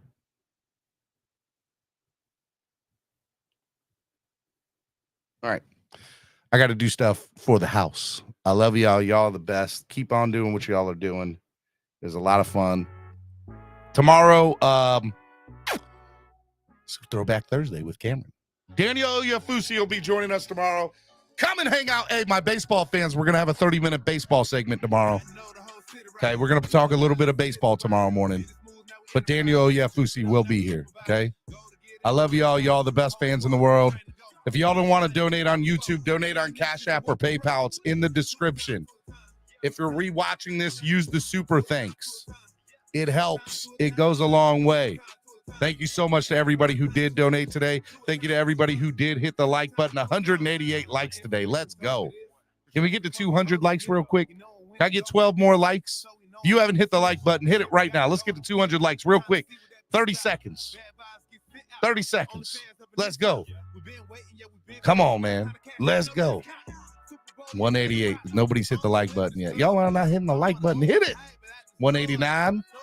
There we go. 189. That's 11 more likes, and we get to 200. Come on. 15, 20 seconds left, guys. Come on. At the 10 more likes. 10 more likes. Come on. Come on now. 10 more likes, and we'll get to 200. 9 more likes. That's 191. Can we get to 200? I don't know if we can. 193. 7 more likes. Eric, you're the man. Thank you, brother. 6 more likes, 194. 5 more likes, 195. Yeah, 1 more like. Come on now. 196. 4 more likes. 4 more likes. Hit the like button. Come on now. 3 more likes, 197. 198. 199. 201. Let's go. Let's go, baby. Y'all did it today. Thank you so much for the 200 likes. I love y'all. Y'all the best. Practice. We talk about practice, man. We not talking about the game. We talking about practice. Man, the show over? The show over, TD. Go home. Are you serious? We going home, TD. We going home. Man, I was just about to bring the fireworks, man. You about to bring you weren't about to bring nothing except the hate. You're such a hater, TD. No, I'm saying it's Wilding Out Wednesday, and I'm like, man, I said, let me get it back up in the show and go ahead and start the Wilding Out, because it's time to start talking about, Mike White being QB1. Oh, Lord, here we go. I can't with you. I just can't. I'm not going to do it with you, TD. Go home, TD. Go home. I'm out of here. I love you. All right, brother. We'll see y'all tomorrow right here on the Miami Sports Music Podcast Network. Peace.